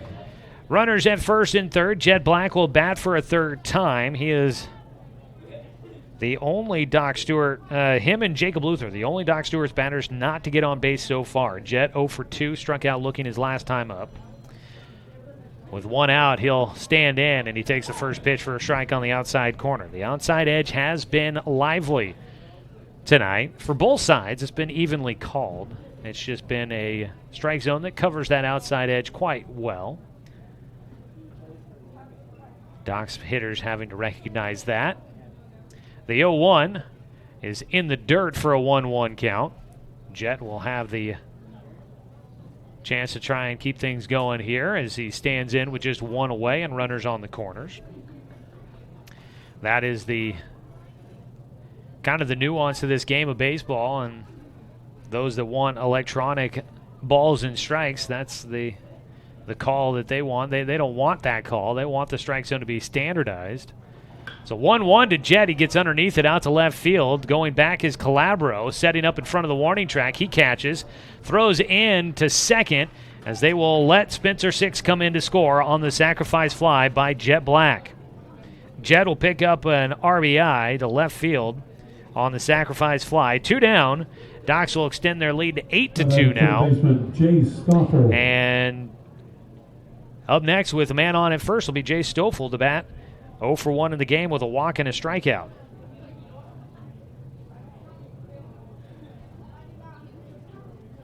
Jonathan Stone did not tag in advance. He stays at first after Spencer Six tagged and scored from third. 8-2 the score. Docs adding 2 more runs here in the 4th inning. Stoffel up there to bat. He drew a walk and drove in a run in the 3rd inning. Takes in the dirt, taking off for second base, goes Stone, the throw, not in time, as Jonathan Stone will get in safely. He reaches down to adjust his pants, and I don't know if everybody else thinks the same thing. When I see Jonathan Stone reach for his knee, I worry. The young man has had enough issues here this last calendar year that we do not need to see him having any more issues with his knees. Wears braces on both of them after suffering multiple dislocated kneecaps during his senior season at Roseburg High School. So good to see that he popped back up, and he's just adjusting his pants and his braces. He's good to go. A 2-0 count at the plate for Jay Stoffel. It's a pitch in the dirt again from Memmott, and it's a 3-0 count with 2 down and a man in scoring position for the Doc Stewarts. Talking about the strike zone, though, that is one of the nuances that many people that like to keep the traditional kind of feeling of the game of baseball, they like the fact that each umpire has their own strike zone. The 3-0 pitch is high for ball 4. Stoffel will draw another walk. Doc Stewart's, well, let's see here. 3 walks issued here in the 4th inning. They have now drawn 9 walks total from the Grants Pass pitching staff.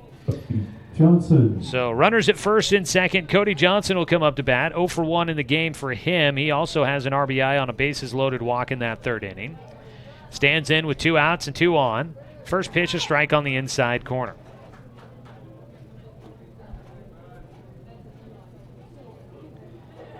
Two down, another long inning here for the Nuggets with multiple walks issued. Docs have capitalized with 2 runs. Johnson will put a ground ball to short, picked up by Bassendorf with time to throw. He fires over to Braden Bellum at first to retire the side. But the Docs do add to their lead as they score 2 more times here in the 4th inning. Docs getting 2 runs on 1 hit. There were 2 errors for Grants Pass and 2 men left on base for the Doc Stewarts. We head to the bottom of the 4th inning. 8-2 your score. The Docs in front on 541radio.com and on CBS Sports Radio 1490 The Score. Looking for more local sports coverage? CBS Sports Radio 1490 The Score has you covered. Check out our homepage at 541radio.com for sports stories, scores, and podcasts. And follow us on social media. 1490 The Score is on Twitter, Facebook, and Instagram. And take the station with you wherever you go with the 541 Radio app. Download the app in your smartphone's app store and get access to a live stream of the station, sports stories, podcasts, and easy messaging with the station and others. I am a nurse. A firefighter. A college student. A mother. And I am an American soldier. I will always be ready. For every storm. And disaster that threatens my community. I will always be there to protect my neighbors. My family. And my country. We are the Army National Guard. We are the Army National Guard. We are the Army National Guard. Visit nationalguard.com to learn more about part-time service.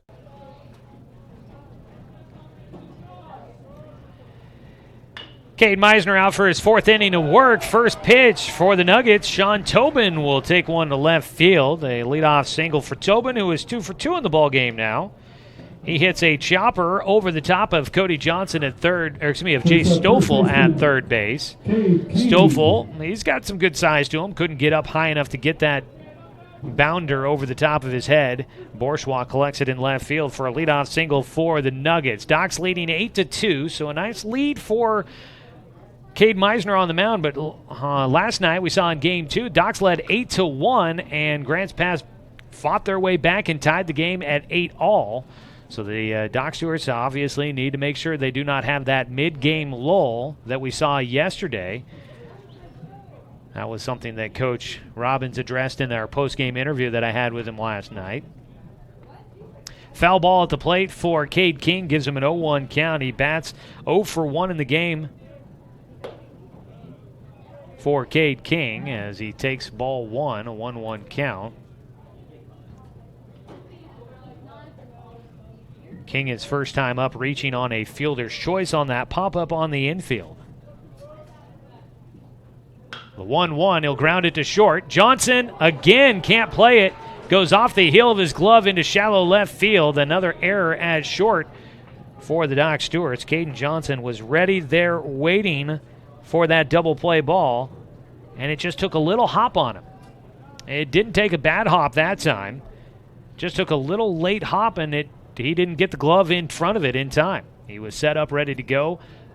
Didn't have the body in front. He was taking it on the side so that he had the turn to second a little bit easier. But he may need to try and square that up, make sure he keeps the body in front, maybe knock it down a little bit better as that ball scoots by him into left field. An error for the Docs puts runners at first and second. Now a ground ball left side picked up by Luther. He underhands the first. Meisner covering the bag will get the out at first. The two runners advance up to second and third, but the Docs do get an out. Ike Gilliland laying down, or actually a ground ball opposite field. Jonathan Stone had ranged to his right to try and get to it. He was nowhere close to first. Backing up the play as Stone couldn't get to it with his long arms. Jacob Luther there to pack up the play, and his underhand flip to Meisner is perfect for the out. Meisner, a nice job covering the bag. Now a tapper back to the mound. Meisner will get it as Braden Bellum will ground out, and there's quickly 2 outs on a couple of plays for the pitcher.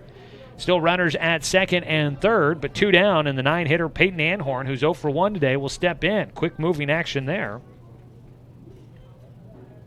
How about it, right fielder Peyton Anhorn. So 2 down. Peyton Anhorn will bat. First pitch, a breaking ball ends up outside in the dirt. Spencer ranging to get to it, holding the runner. Shadows starting to creep out along the field.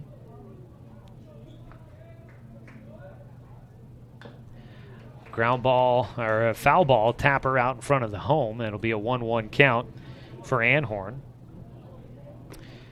So Cade Meisner trying to get through the 4th inning with a nice lead in hand. That is big for the Doc Stewarts bullpen, as they would love to see Meisner go as deep as he can in this game. A 1-1 pitch, breaking ball low, a 2-1 count. I'd say so far this has been one of the strongest starts of the season for Cade Meisner from Sutherland. He's got 2 outs here and a 2-1 pitch. That ball lined towards right center. It'll get down, and Meisner won't be able to get out of things here in the 4th without giving up a run. A 2-out single for Peyton Anhorn drives in 2. just dumps it into right center. The designated hitter, Tyler Rund. And scoring is Sean Tobin, easily coming in from third, and from second, Cade King comes in to score as well. So 2 runs in on a RBI single for Peyton Anhorn. Top of the lineup now for for Tyler Rund. 8-4 the score. Doc's now up on Grants Pass, 8-4, a 4-run lead. Rund is 0 for 2 in the game. First pitch, a called strike.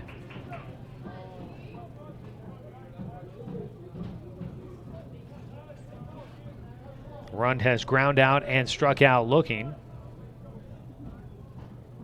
The 0-1 pitch from Meisner is high. A ball and a strike. Out at first base, Peyton Anhorn on base for the first time tonight. Anhorn was 0 for 3 yesterday against the Doc Stewarts, getting his first hit of the series.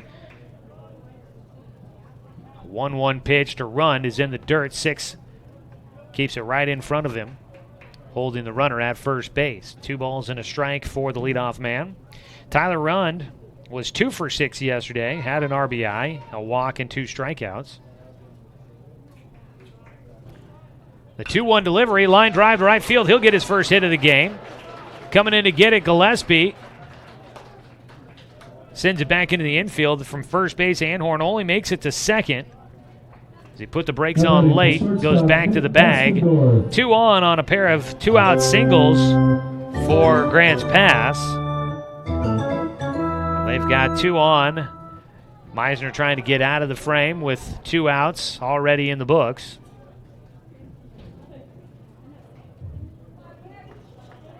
Needing just 1 more to hang on to this 4-run lead. Doc still up comfortably, but don't want to give up any more as a breaking ball hits the inside corner. I thought for strike 1, but I think just missing.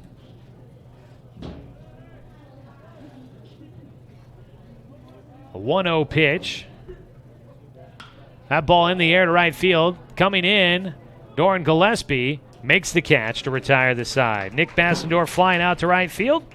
And that finishes it off. Doc Stewart's still hanging on to a lead as Grants Pass adds a couple to their total, but still trailing by 4. In the 4th inning for the Nuggets, 2 runs on 3 hits. There was 1 Doc Stewart error, and there was 2 men left on base for the Nuggets.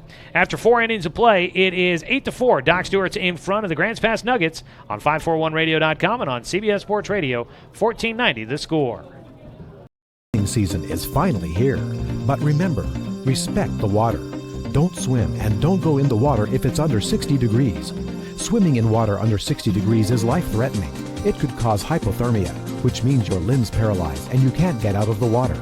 Each day, the water temperature of the Umpqua River will be posted on kpic.com and kval.com, and in the morning weather on KPIC. Respect the water. Know the temperature. Brought to you by the Respect the Water Safety Committee. What rhymes with great? Participate. Where does greatness start? Here, in the classroom. On the stage. In the pool. On the field. Where will your greatness take you? To better grades. To more friends. Yeah! Be great. Participate!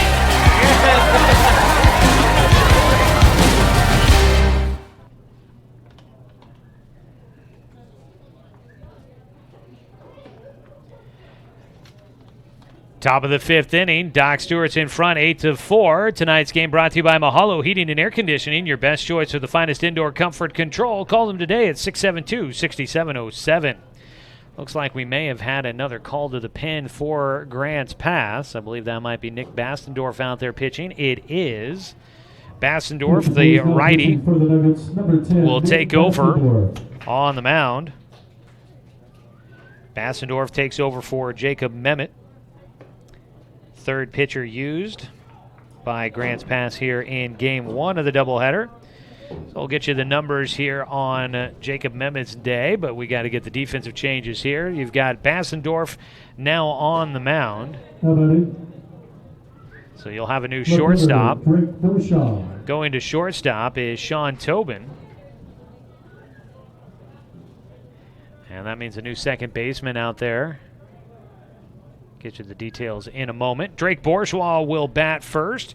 1 for 2 in the game. He had a 3-run double in the third inning, and he takes the first pitch for strike 1.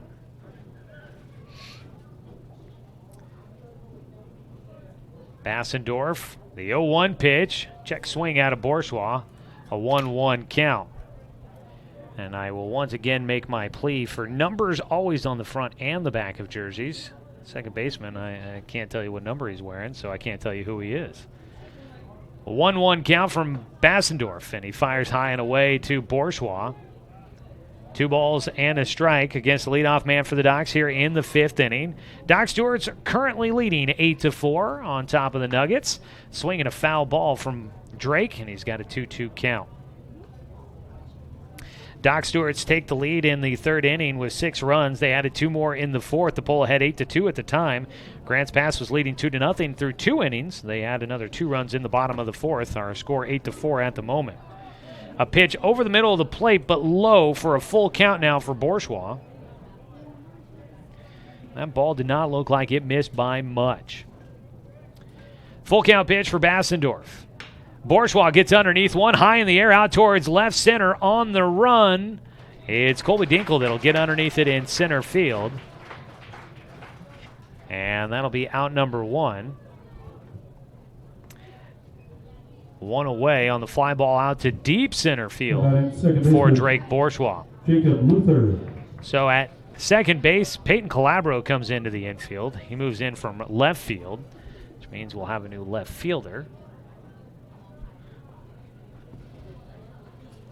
Up to bat with 1 out and nobody on, Jacob Luther takes the first pitch for ball 1. Luther 0 for 2 in the game with a couple of pop-outs. Swings through for strike 1. Doc's on top right now, 8-4, trying to finish this one off. No action in the bullpen that I've noticed for the Doc Stewarts yet. Cade Meisner continues to throw.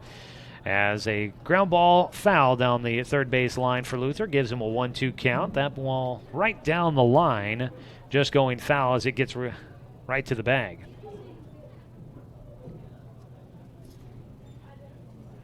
A ball and 2 strikes with 1 out, nobody on. Luther that time waiting on the breaking ball, did not wait long enough. That ball hanging inside. He got around on it, but fouls it down the third base side. A 1-2 count remains.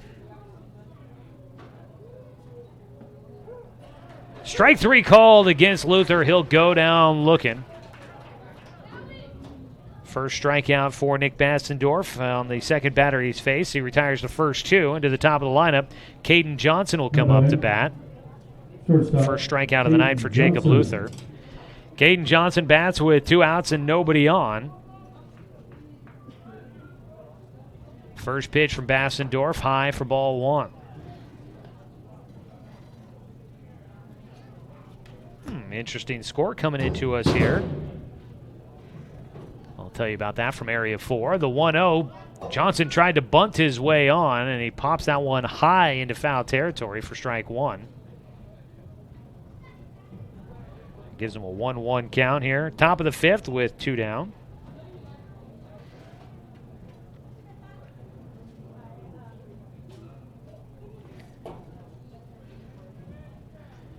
The 1-1 pitch. Line drive goes right to third base, and it's picked off there by Cade King. And that will finish things off here in the top of the 5th inning. Doc Stewarts go down in order, 1-2-3, as the Nuggets will continue to hang around, trailing 8-4 as we go to the bottom of the 5th inning. Doc Stewarts Baseball coming at you on 541radio.com and on CBS Sports Radio, 1490 The Score. At Brook Communications, our job is to get results for your business, period. We can take your story and tell it to the people you want to reach in a way that compels first-time clients to become repeat customers. We get them through your door so you can do what you were meant to do. Proclaim your sales message to the largest audience of any media company in Douglas County. Brook Communications dominates through the power of 5 radio stations and 541radio.com. Results amplified. Locally owned. Brook Communications. It's easy to spot people who participated in high school sports and activities. Right on time. They learned important lessons like leadership, teamwork, respect. Hey, our meeting moved to 10. We'll be ready. Values that last a lifetime. We need to focus on 3 factors. Support high school sports and activities in your community. When kids take part, they get set for life. Now for the Nuggets, center fielder Colby Dinkle.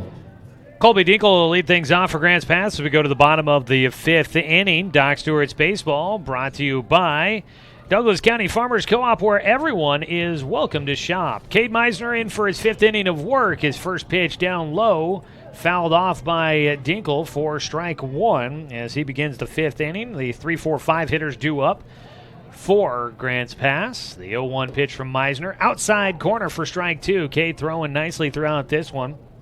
He has allowed 8 hits in the ballgame so far, but is holding on to an 8-4 lead at the moment as a ball fouled off by Dinkle. And it stays an 0-2 count on the leadoff man here in the bottom of the 5th inning. We'll check our Garrettson Building Supply scoreboard update here in a second as a pitch high for a 1-2 count.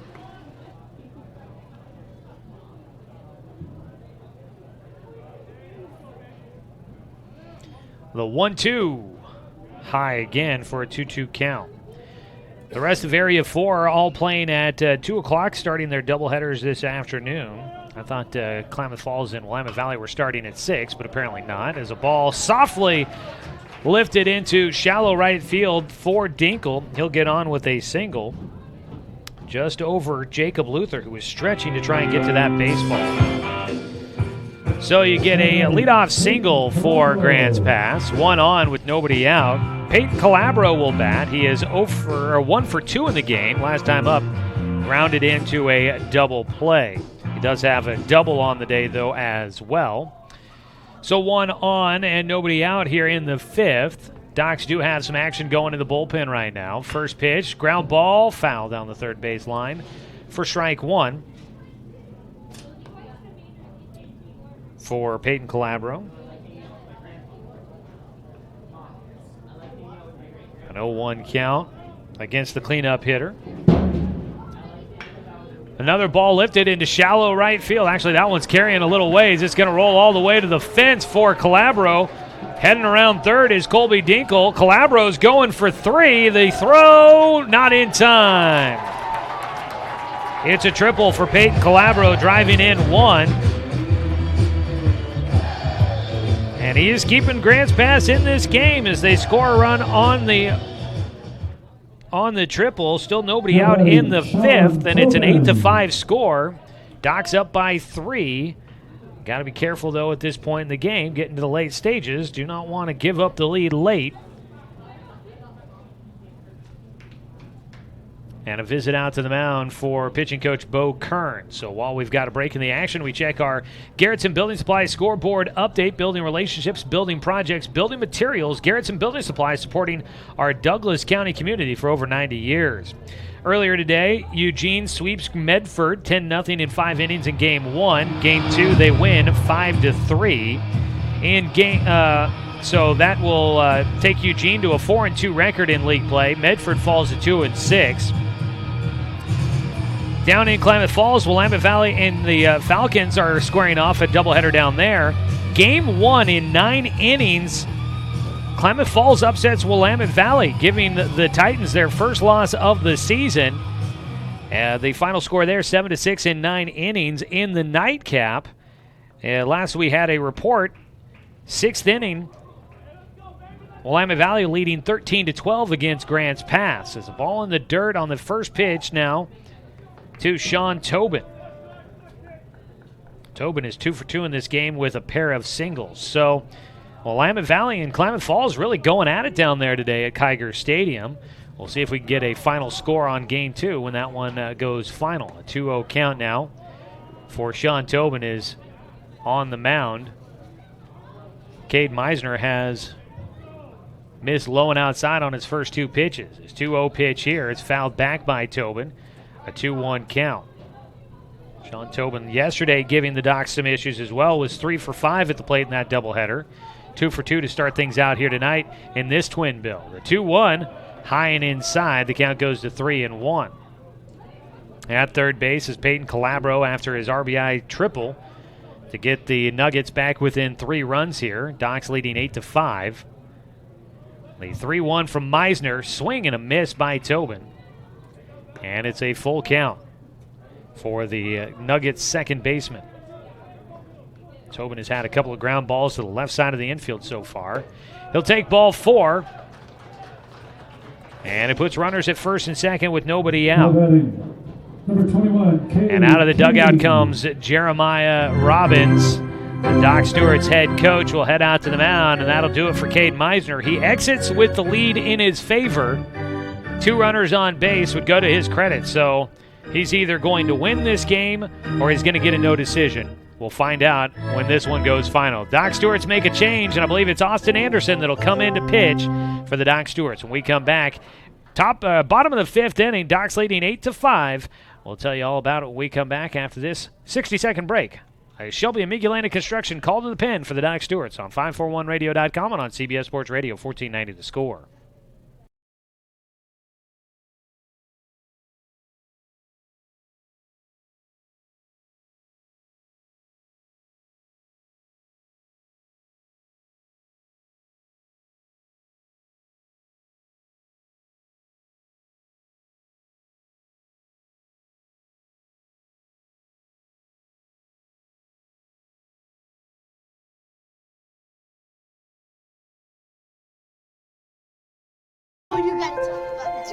The innocence of youth. Is there anything any better? But soon they'll be in high school and facing all the same challenges you faced. How to make friends, how to fit in, how to be cool. We want our children to have everything they'll need to live fulfilling and productive lives. Make sure the kids in your family are among the more than 120,000 participants here in Oregon who take part in high school sports or activities.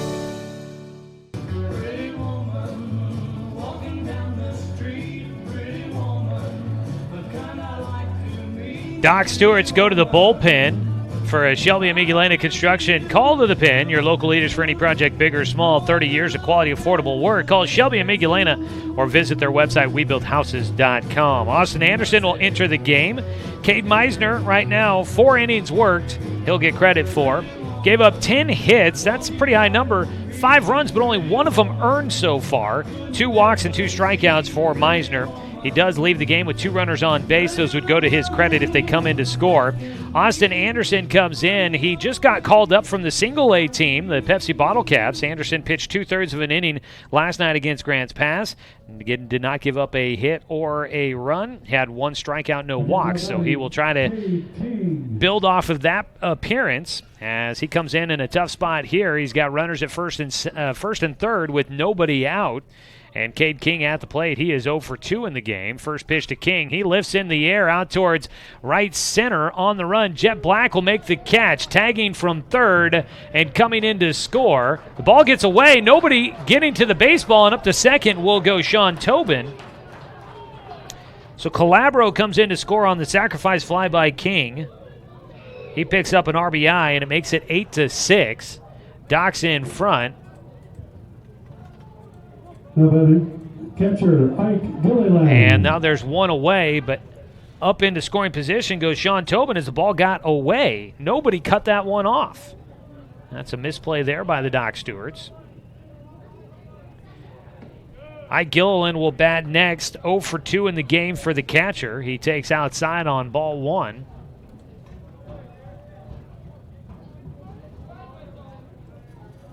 The 1-0 pitch.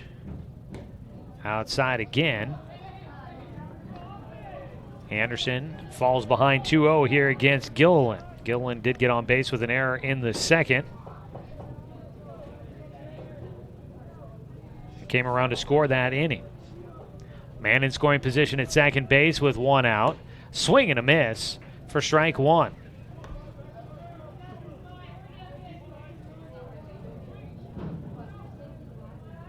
Two balls and a strike for Ike Gilliland. Grounded out to second his last time up. He'll take a fastball in the dirt out at second base. Tobin stays put. That ball bouncing out in front of Spencer 6. But he does a nice job of blocking the plate and not allowing it to get by. 8-6 the score. Doc's in front, but Grants Pass chipping away at the lead, finding their way back. Pitch high and away for ball 4 from Anderson. Will put runners at first and second. So he issues a walk against the Nuggets with 1 out. Coming up the bat will be Braden Bellum, who had a 2 RBI double in the second inning. He is 1 for 2 on the night.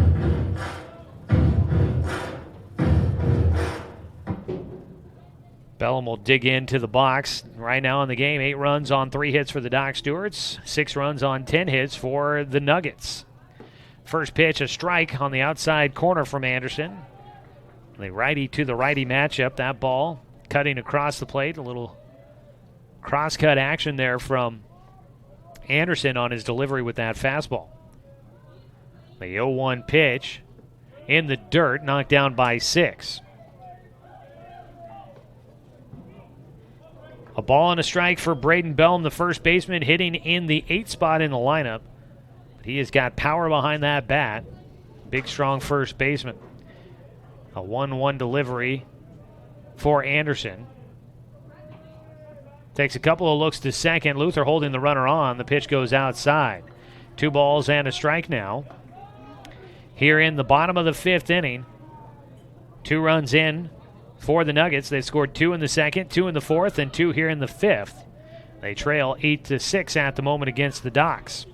These two teams have had quite the battles here so far this series in 2019. Outside for Anderson. Count goes to 3-1. And Austin Anderson struggling to find the strike zone consistently here early in his second appearance for the Doc Stewarts. Just getting called up. Had to pitch in a big moment last night. Asking to pitch in a big moment here in game 1 of our doubleheader tonight. The 3-1, he gets a swing and a miss. And it takes it to a full count. Out at first base, Ike Gilliland drew a walk. Out at second base, Sean Tobin drew the walk from Cade Meisner. Final batter facing Meisner. 3-2 pitch. Off speed, got him chasing. He goes down with a strikeout. And for Austin Anderson, that punch out is the second out of the inning and its first strikeout of the night. Do not strike out when it comes to water for your home. Trust more well drilling, keeping Douglas County green since 1947. So Bellum goes down with the punch out, and Peyton Anhorn will step in with 2 down and 2 on. Anhorn 1 for 2 in the game, had a 2-run single back in the 4th. First pitch to him, he swings through it for strike 1. Johnson holding the runner on out at second base.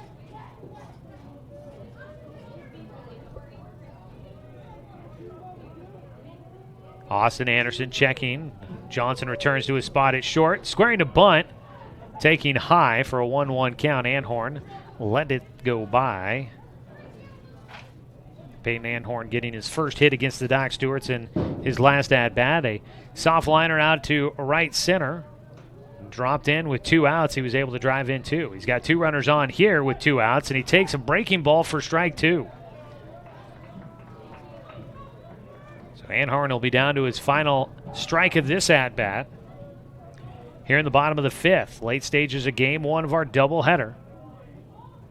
The 1-2 from Anderson, off speed, got him swinging. The pitch in the dirt, and 6 will throw down to first base to retire the side. Another punch out for Austin Anderson. He gets back-to-back Ks to finish things off here in the bottom of the 5th. Grants Pass gets 2 runs, though.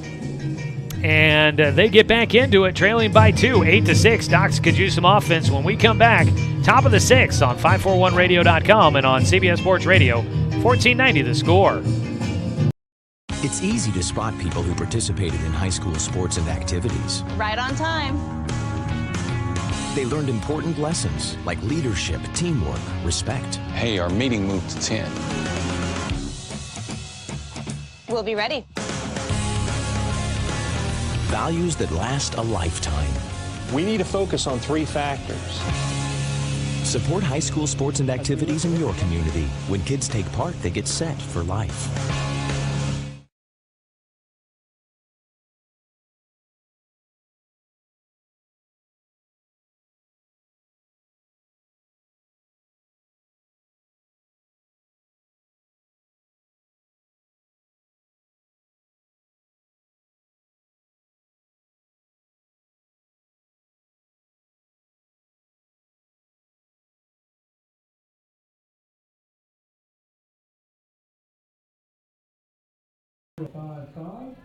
You have that ticket, please report to the ticket booth, the main entry. You want a $5 gift certificate from Wild River Pizza and Brew. $5 gift certificate. Lucky number 0055. Come back here for the top of the 6th inning. Doc Stewart's leading at the moment. On top 8-6 against the Grants Pass Nuggets. And working to get our lineup set here. Tyler Rund, the DH, comes into the game after they lifted Jacob Memmott, the pitcher, for Nick Bassendorf. So Rund is out in center field. Colby Dinkle moved to left as that completes our defensive changes. Leadoff pitch to Spencer Six here to start off the 6th inning. And that seems to be fitting as Six will get his first hit of the day here in the 6th inning. He is now 1 for 1 in the ballgame with 3 walks.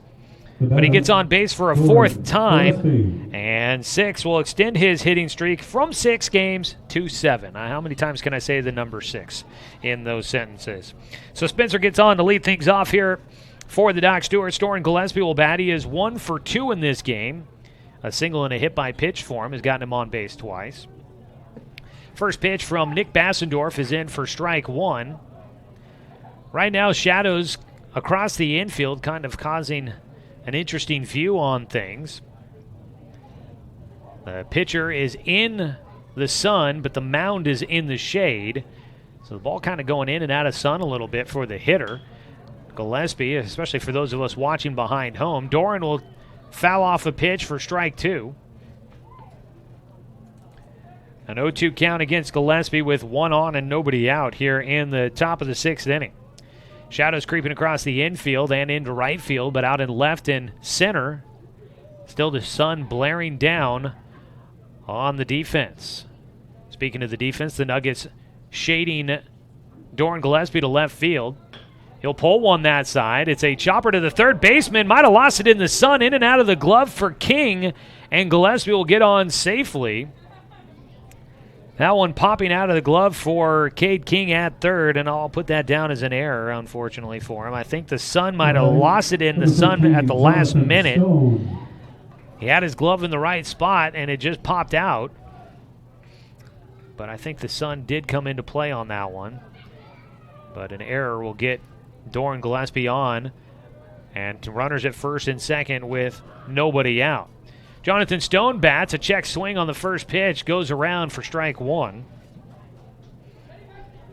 Stone in this ballgame 0 for 1 with 2 walks and an RBI. A run scored in there as well. Looking for his first hit of the afternoon. Trying to extend a team-high, season-high 8-game hit streak. The 0-1 pitch from Bassendorf. In the dirt. Behind the plate, Gilliland blocks it and keeps the runners where they're at. First and second, Six at second base, Gillespie at first. Bassendorf came in the 5th inning for the Nuggets. He's thrown 1 inning of work so far. He's not allowed he's allowed 1 hit now after giving up the single to Spencer Six. 1-1 pitch to Jonathan Stone. He gets underneath it, fouls it back behind home and out of play. A ball and 2 strikes for the first baseman. Sun must be heading behind some clouds as it feels like things darken up a bit here at the ballpark. Lights not starting to come on yet, but I'm sure they will as we get towards the second game of tonight's doubleheader. Stone on the 1-2 gets around on it, but early fouls it down the left field side.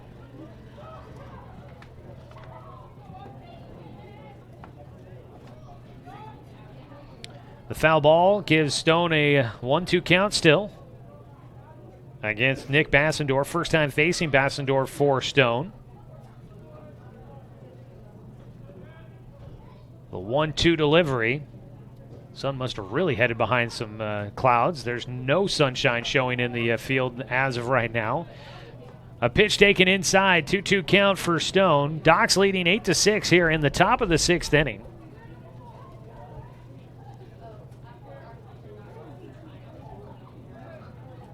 Bassendorf taking his time, getting the signal he wants on the 2-2 pitch. Stone gets ready as Bassendorf comes set, fires in. The off-speed was high, and I think it was fouled off the end of the bat underneath the hands there for Stone, and the foul ball keeps it at 2-2 count.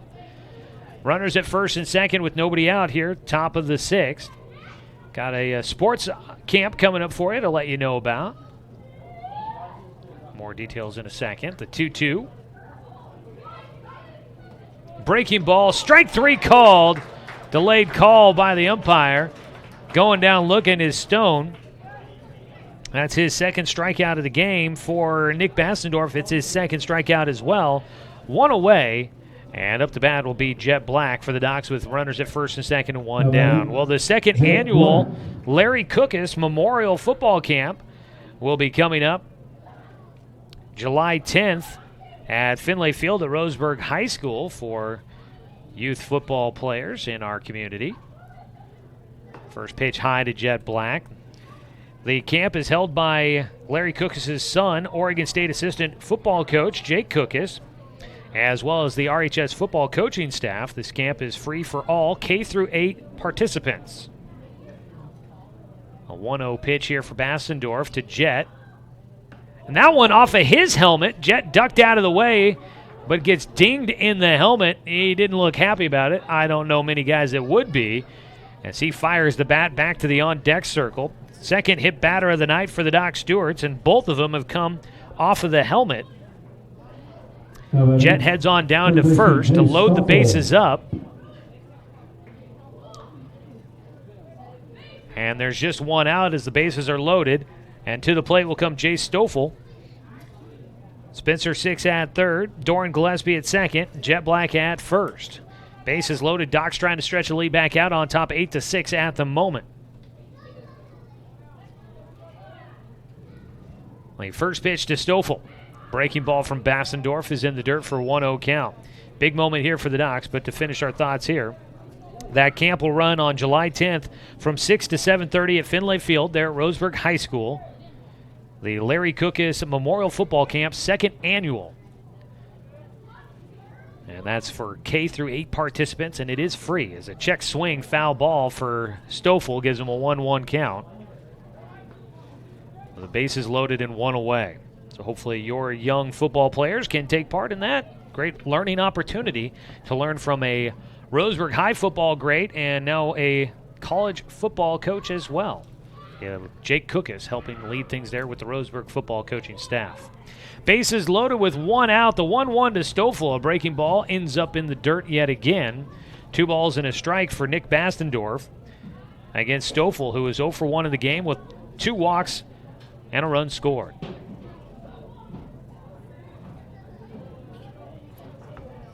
The 2-1 delivery. Bassendorf kicks and fires. Stoffel underneath it to right field. That one, if it's fair, it could be trouble. It's going to hook into foul territory, though, by quite a ways. Out there, Peyton Anhorn giving chase, but couldn't get there in time. Foul ball makes it a 2-2 count against Stoffel with 1 out and the bases juiced. An update on that Klamath Falls and Willamette Valley game. Game 2, they are tied at 14 all going to the 7th inning, or actually in the 7th inning. Klamath Falls, who has not been able to win an Area 4 game, is really putting the pressure on the current Area 4 leaders. There's a pitch in the dirt. Full count now for Jay Stoffel. Willamette Valley went down to Klamath Falls, undefeated 4-0. They lost the first one 7-6 in 9 innings. They could go extras in Game 2 with it tied at 14. That's crazy. Full count pitch here for Jay Stoffel. A walk rings in a run. He'll check swing and foul it into the home dugout down the first base side. And it'll stay a full count for Jace. Looking for his first hit of the day. A walk would be another RBI for him. He already has one RBI on a walk with the bases loaded in the third. The 3-2 pitch from Bastendorf. Stoffel fouls that one off his front foot. He stays alive. That one trickled out in front of home. Stays a 3-2 count.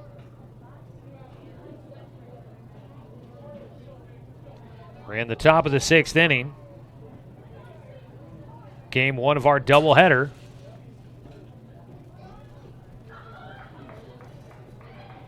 Stoffel getting a moment to walk off that foul ball off of his foot. Back into the box, 3-2 count. Bases juiced for the Ducks in the top of the 6th, trying to break this one back open. The pitch, Stoffel fouls off another one. The battle will continue.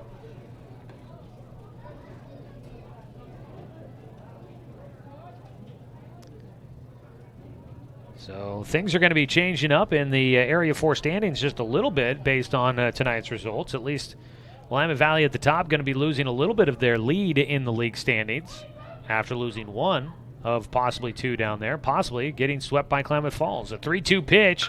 Stoffel, line drive, a hard ground ball into left field. That brings in one. It'll be station to station for the Docs as everybody moves up 90 feet. It's an RBI single for Jay Stoffel, and the Docs add to their lead on top 9-6. Stoffel will drive in Spencer 6 from third.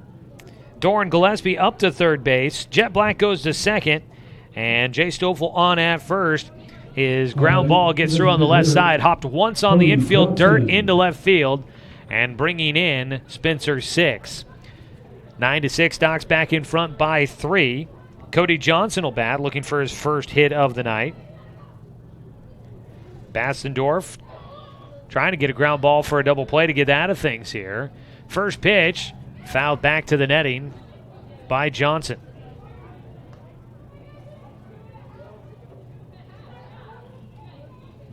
Cody, so far tonight, looking for his first hit. He has flown out to right and grounded to short. An 0-1 count for him, hitting as the DH this evening. The 0-1 in the dirt from Bastendorf. 1-1 count for Cody. Coach Robbins saying that Cody Johnson available to pitch if they need him. At the way things currently stand, I imagine they may try to save him for game 2 of the doubleheader. 1-1 pitch from Bastendorf. Johnson gets underneath it out to center field. Going back his run. He'll set up. Catching, firing to third instead. Going to the plate will be Gillespie. To third goes Jet Black. Up to second base goes Stoffel. Everybody safe. A sac fly for Cody Johnson will drive in another run for the Doc Stewarts. He picks up his second RBI of the night. 2 down. Gillespie scored easily. Jet Black easily gets to third as the throw was offline. And Jay Stoffel up to second. Runners at second and third with 2 down. Docs now leading 10-6 on top of Grants Pass. And up bat will be Drake Bourgeois, 1 for 3 on the night. He does have 3 RBI as he fouls off the first pitch.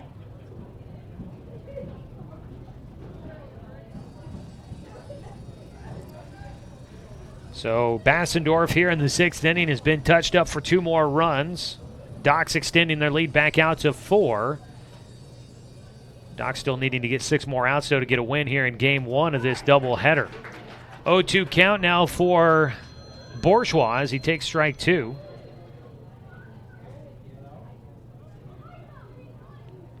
Drake with a double to deep left field to drive in 3 back in the third.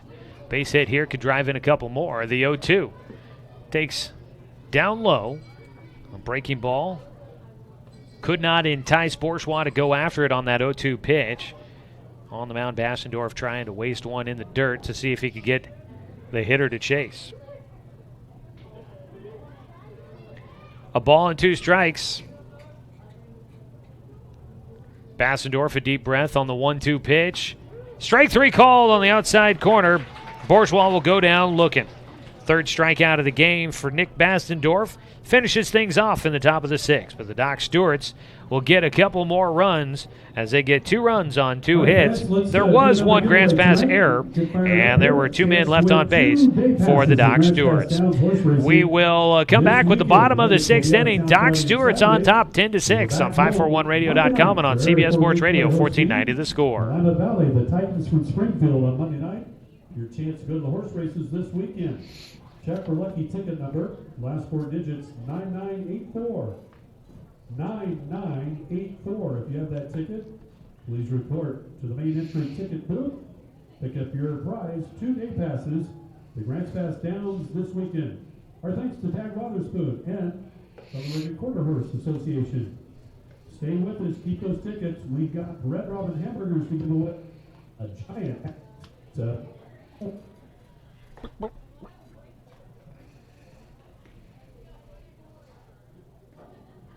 Man, I'm glad I brought some long sleeves to wear.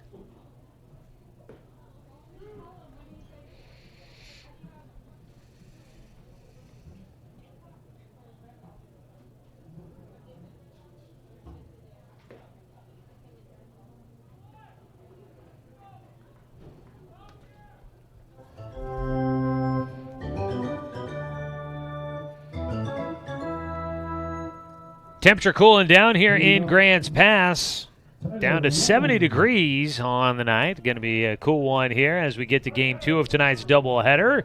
Game 1 of the Twin Bill. Doc Stewart's leading at 10-6 as their bats coming alive a little bit late, up to 5 hits in the ball game. They got a lot of help early on by a number of walks from the starting pitcher Andy Lacey for Grants Pass, and the Docs trying to hold on to that lead. They were able to build.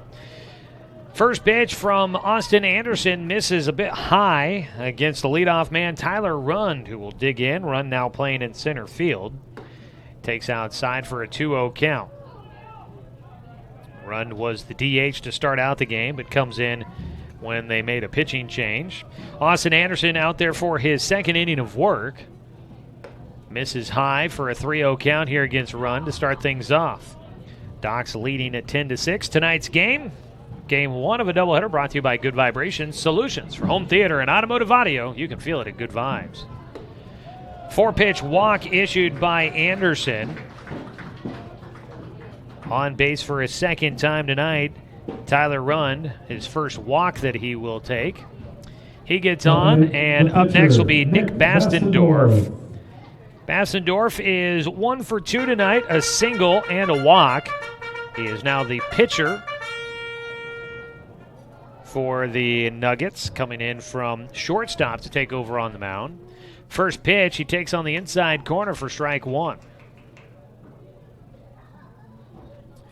Anderson, in his work so far, has not allowed a hit. He has issued 1 walk but struck out 2. Actually, he's issued now 2 walks and struck out 2. Gets another strike across against Bastendorf, called at the top end of the strike zone. And it's an 0-2 count. Mentioned the weather. Down to 70 degrees here in Grants Pass. It has been dropping from what was a high of 78 this afternoon when we got here to the ballpark. 0-2 pitch to Bastendorf. Sends it high in the air out to center field. Jet Black to his right. Gets underneath it. Collects the baseball and sends it back in for out number 1. Back to first base goes Tyler Rund. 1 away, and up to bat next will be Colby Dinkle. Dinkle is 2 for 3 tonight. A pair of singles for the number 3 hitter. Scored a run back in the 5th inning. He hits here in the bottom of the 6th with his team down 10-6 against the Doc Stewarts. Docs looking to get their second win against the Nuggets. Pitch outside from Anderson, a 1-0 count. Starting to think about some end-of-the-game type of things here and trying to think. Austin Anderson, if he pitches all the way to the end of this game, it would be a save for him, his first of the year, as he gets a ball popped off the handle into left field. Drake Bourgeois tracking it, and the left fielder underneath it. Drake, traditionally an infielder, gets underneath that one out in left field as they look to shore up that position a little bit. 2 down after Colby Dinkle flies out to left field. And Anderson trying to get quick work here in the 6th after a leadoff walk. He's retired the next 2 batters. And Peyton Calabro will bat next. He is 2 for 3. He did ground into a double play back in the third, but he's also got a double and a triple. That triple came off of Cade Meisner back in the fifth. It drove in a run. And eventually Calabro came in to score. He takes the first pitch low and outside from Austin Anderson. Runner going, the inside pitch goes off the glove for Spencer Six. Out to second base goes Rund. He did not realize the ball got away and thought bounced up once he figured out the ball was going to the backstop. Thought about going for third, but he does not take off. A 2-0 count. Rund advancing to second on the stolen base. 2-0 count at the plate for Peyton Calabro. Anderson misses outside. The count goes to 3-0. Sean Tobin waiting on deck. 2 for 2 on the night for him. Continues to be a difficult out for the Doc Stewart's pitching staffs. 3-0 pitch here from Anderson. Luther standing on the base at second. The pitch goes in. The runner going to third. The throw gets into left field. And the runner's going to head for the plate. The throw to the plate. Spencer can't get the catch. And coming in to score will be Tyler Rund. Ball got by Spencer, and Rund will score. The throw beat him there. If the catch was made, they might have had a chance at the out. So a run comes in, back to a 3-run game at 10-7. 2 outs here in the bottom of the sixth. A stolen base for Rund gets him to third, and then the throwing error brings him in. 10-7 your score at the plate. It's a 3-1 count against Peyton Calabro. He swings through for strike 2.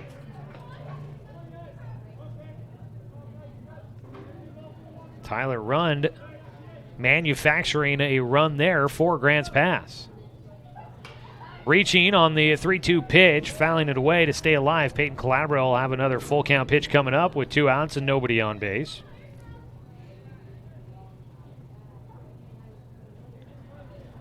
Austin Anderson trying to wrap it up here. The 3-2, ground ball towards short. In front of it, Caden Johnson. His throw to first, not in time. Beating out the throw is Calabro. An infield single. Caden Johnson at short. Just didn't get it across the diamond in time. That ball was deep in the hole at short, so long way to get it. Long way for the ball to travel to get to Caden Johnson. And then he had a long throw across the diamond, and it just doesn't get there in time. Infield single for Calabro will continue things here in the sixth. 1 on with 2 out as Sean Tobin will bat. First pitch down the middle for strike 1.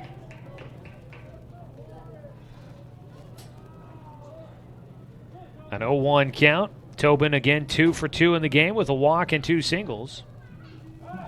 Throw over to first for Anderson, not in time.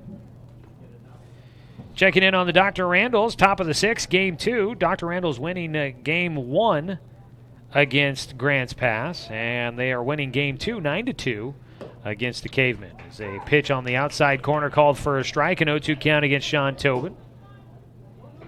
That is the Grants Pass Cavemen, the single-A team, taking on the single-A Dr. Randall's Crowns.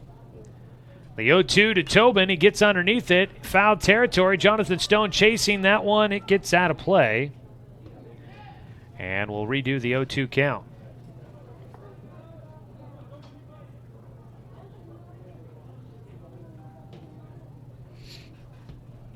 No balls, 2 strikes for Austin Anderson, trying to finish off the sixth, and he misses high for ball 1. A ball and 2 strikes with 2 down. Man at first. It's a 3-run game right now for the Docs. They are in front of Grants Pass. The game-tying run, though, on deck right now. A check swing going around. Actually called strike 3. Going to be the official call on that one. A called strike 3 going down looking. Sean Tobin strikes out to finish things here in the 6th inning. For Austin Anderson, his 3rd strikeout of the night, and he gets the Docs out of the 6th, as now the Doc Stewarts 3 outs away from getting a win in game 1 as we go to the 7th inning. Docs leading 10-7 on 541radio.com and on CBS Sports Radio 1490 The Score. Hey there, sports fans. Thanks for watching this local sporting event online at 541radio.com. Did you know there's more than one way to watch games online? You can watch games on your laptop or desktop computer, your tablet, or even your smartphone just by going to 541radio.com. But we also use YouTube to stream all of our video broadcasts, which means you could be watching this game on your big screen TV with a number of different streaming devices. You can stream our live YouTube broadcast through your PlayStation or Xbox gaming device or through streaming devices like Google Chromecast, Apple TV, or Roku. There's plenty of ways to follow this live local sporting event. Plus, you can find past events archived on 1490 The Score's YouTube channel. Find us on YouTube and subscribe today to keep up with the latest in local sports coverage.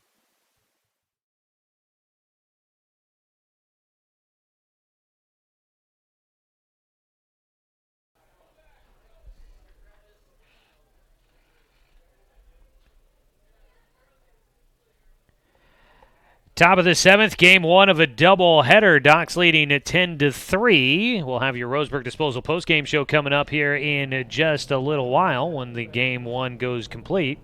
Nick Bassendorf out on the mound for the Nuggets. He will face the 9-1 two-hitters coming up for the Docs.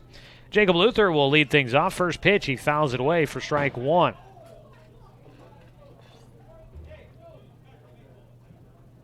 An 0-1 count for Luther, who is 0 for 3 in the ball game. Trying to get that first hit of the evening. The 0-1 pitch outside for a 1-1 count. Yesterday for Jacob Luther, kind of struggled. He went 0 for 2 in game one and was 0 for 2 in game two as well. So 0 for 4 on the day yesterday. His batting average dipping below 400 for the first time this season. He'll take a strike on the outside corner to go to 1-2 in the at-bat. That's pretty impressive to go to 0-4 yesterday in a doubleheader. And for the first time all season, your batting average drops below 400. Not too bad. It's obviously explaining a great start to the year for Jacob Luther as he takes strike three on the outside corner from Bassendorf. Nick Bassendorf has been a tough puzzle to solve for Jacob Luther. He has struck out looking twice against the righty in relief. Bassendorf now with 4 strikeouts in the game as he gets the first out here in the 7th. Top of the order, Caden Johnson will bat for the Dock Stewarts. First pitch misses for ball one for Johnson. Caden, 1 for 3 on the day. Last time up, he hit a line drive to third base for an out. He hits a comebacker, goes off of Bassendorf. It ricochets right in front of him. He collects it and gets it to first just in time for the second out. He took that one, and it went off of his side of his body. Not sure if it was the arm or maybe his chest. It popped up in the air. He didn't know where the ball was at first, and it just landed right in front of him. It was like a gift from heaven in front of him. But he had to pay for that one, taking it off the body on the comebacker from Johnson. Caden thrown out at first, though, as Bassendorf had his wits with him after getting hit on the comebacker. Collects the baseball and makes a strong throw to first to get Caden Johnson for out number 2. 2 out and nobody on. Spencer Six will bat. He is 1 for 1 in the game with 3 walks and a single. Takes the first pitch for ball one.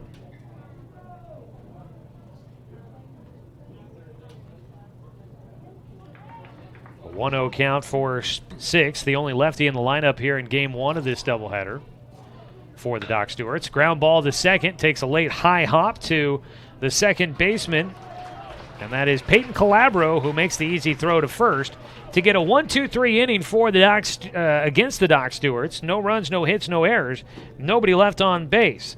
But the Docks are currently riding a 10-7 lead on top of the Grants Pass Nuggets. We'll see if the Dock Stewarts can hang on to that advantage as we go to the bottom of the 7th, 3 outs away from getting a win and improving to 5-2 in conference play. Come back after this 60-second break on 541radio.com and on CBS Sports Radio 1490 The Score.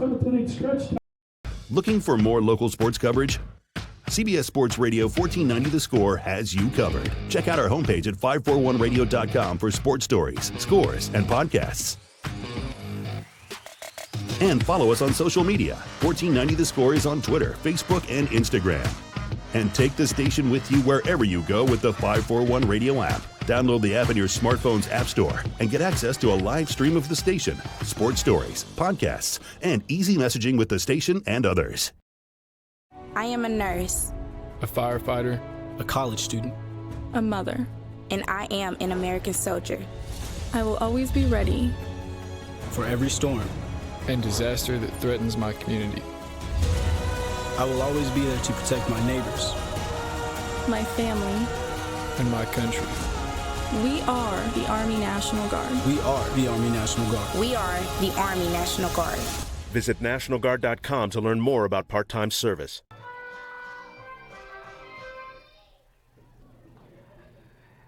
Bottom of the seventh, Docs 3 outs away from a win in Game 1, getting back-to-back wins against the Grants Pass Nuggets. They'll turn the ball over to Cody Johnson, who will come in to try and get the win here in Game 1, or get the Docs a win in Game 1. He comes in here, a 3-run lead, so this would be a save opportunity for Cody Johnson. He will face Cade King to lead things off, and Cody fires a first pitch, strike one. So Cody comes in from the DH position for Austin Anderson and takes over on the mound.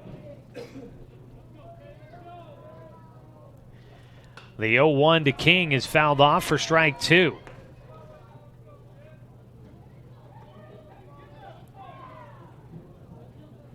An 0-2 pitch for Johnson, trying to get the first out quickly.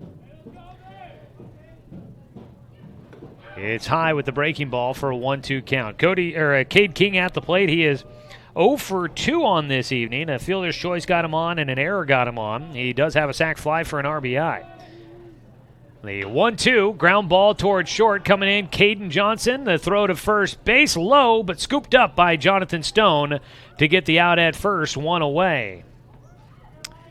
So from Johnson to the plate, Cade King sends it to Caden Johnson at short, and you've got one down.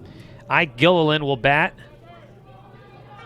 as the Nuggets down to their final 2 outs here in the opener.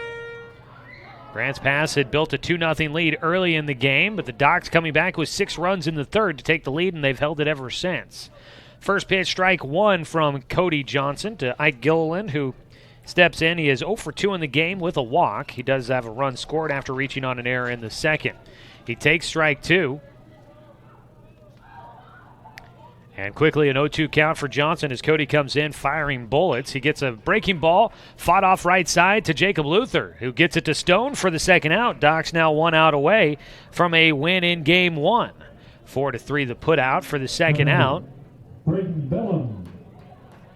And it'll go to Braden Bellum to try and keep the game going. Bellum 1 for 3 today. Had a 2-run double in the second. He bats with nobody on and 2 down. His team down by 3.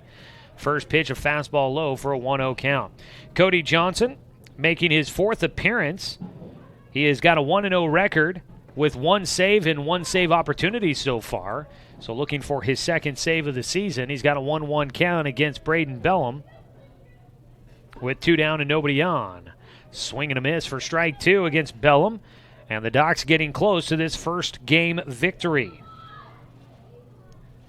The 1-2 lifted out towards left field on the run. Bourgeois will not get there in time. He gets it as he goes into foul territory. It's a 2-out single from Braden Bellum. Just a defensive swing on an off-speed pitch, got around on it, and lines it into left field down the line. And Bellum will get on with his second base hit of the day. And it's a 2-out single to keep things going for the Nuggets. Up to bat will be Peyton Anhorn. Steps in with a man at first. First pitch gets away, but at first base, Braden Bellum, a big body guy, does not try to take off and test the arm of Spencer Six.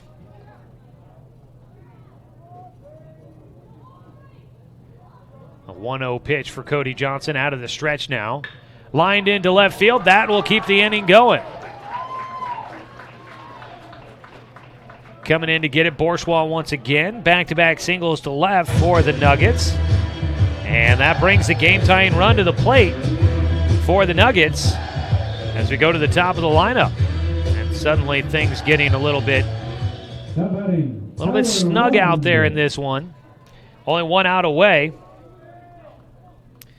one out away from getting the victory here in game one of this doubleheader. Tyler Rund will bat. He is 1 for 3 with a walk and a single. First pitch from Johnson is a breaking ball that misses low for a 1-0 count.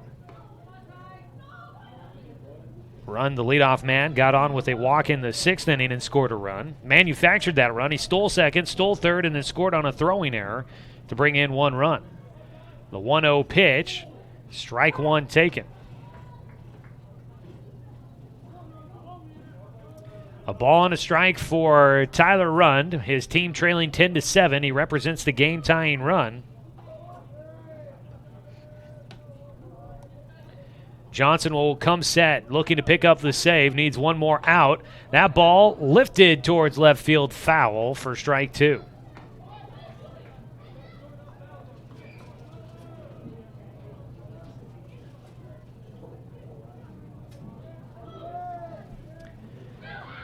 Johnson 1 strike away from finishing this one off. These two teams have played some pretty competitive games so far. We've got game 4 of the series coming up next. The 1-2, strike 3 called, and there it is. Cody Johnson will finish it off with his first strikeout of the relief appearance, and the punch-out will finish this game off. 10-7 your final score. The Doc Stewarts get the win on top of Grants Pass in the first game of tonight's doubleheader. Doc Stewarts will improve to 5-2 in league play and 11-5 overall. For Grants Pass, they go to 4-3 in league play and 6-9 on the season. We'll come back and lay it all out for you when we come back. It's the Roseburg Disposal postgame show coming up when we return on 541radio.com and on CBS Sports Radio 1490 The Score. And also, Abby's season is finally here. But remember, respect the water. Don't swim and don't go in the water if it's under 60 degrees. Swimming in water under 60 degrees is life-threatening. It could cause hypothermia, which means your limbs paralyzed and you can't get out of the water. Each day, the water temperature of the Umpqua River will be posted on kpic.com and kval.com, and in the morning weather on KPIC. Respect the water. Know the temperature. Brought to you by the Respect the Water Safety Committee.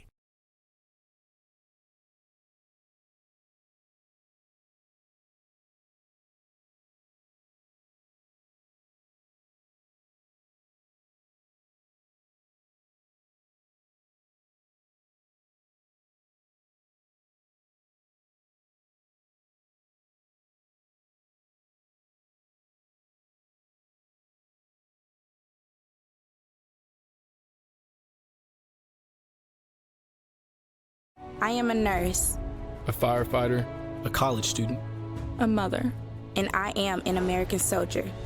I will always be ready for every storm and disaster that threatens my community. I will always be there to protect my neighbors, my family, and my country. We are the Army National Guard. We are the Army National Guard. We are the Army National Guard. Visit nationalguard.com to learn more about part-time service. Looking for more local sports coverage? CBS Sports Radio 1490 The Score has you covered. Check out our homepage at 541radio.com for sports stories, scores, and podcasts. And follow us on social media. 1490 The Score is on Twitter, Facebook, and Instagram. And take the station with you wherever you go with the 541 Radio app. Download the app in your smartphone's app store and get access to a live stream of the station, sports stories, podcasts, and easy messaging with the station and others.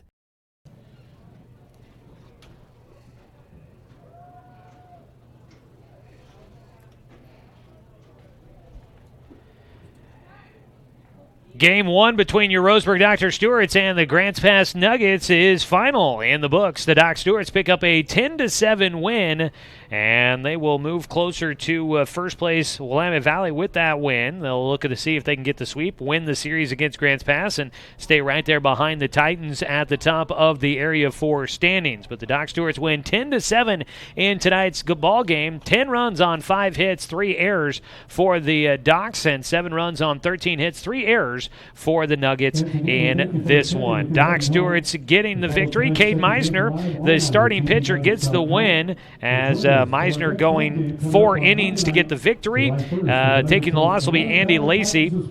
And Cody Johnson gets his second save of the season, coming in to close it out with the 7th inning. And the Doc Stewarts get the win, back-to-back wins against the Nuggets. They'll look for the sweep coming up in Game 2 here in just a few moments. This is the Roseburg Disposal postgame show. Let them make the run of the dump for you.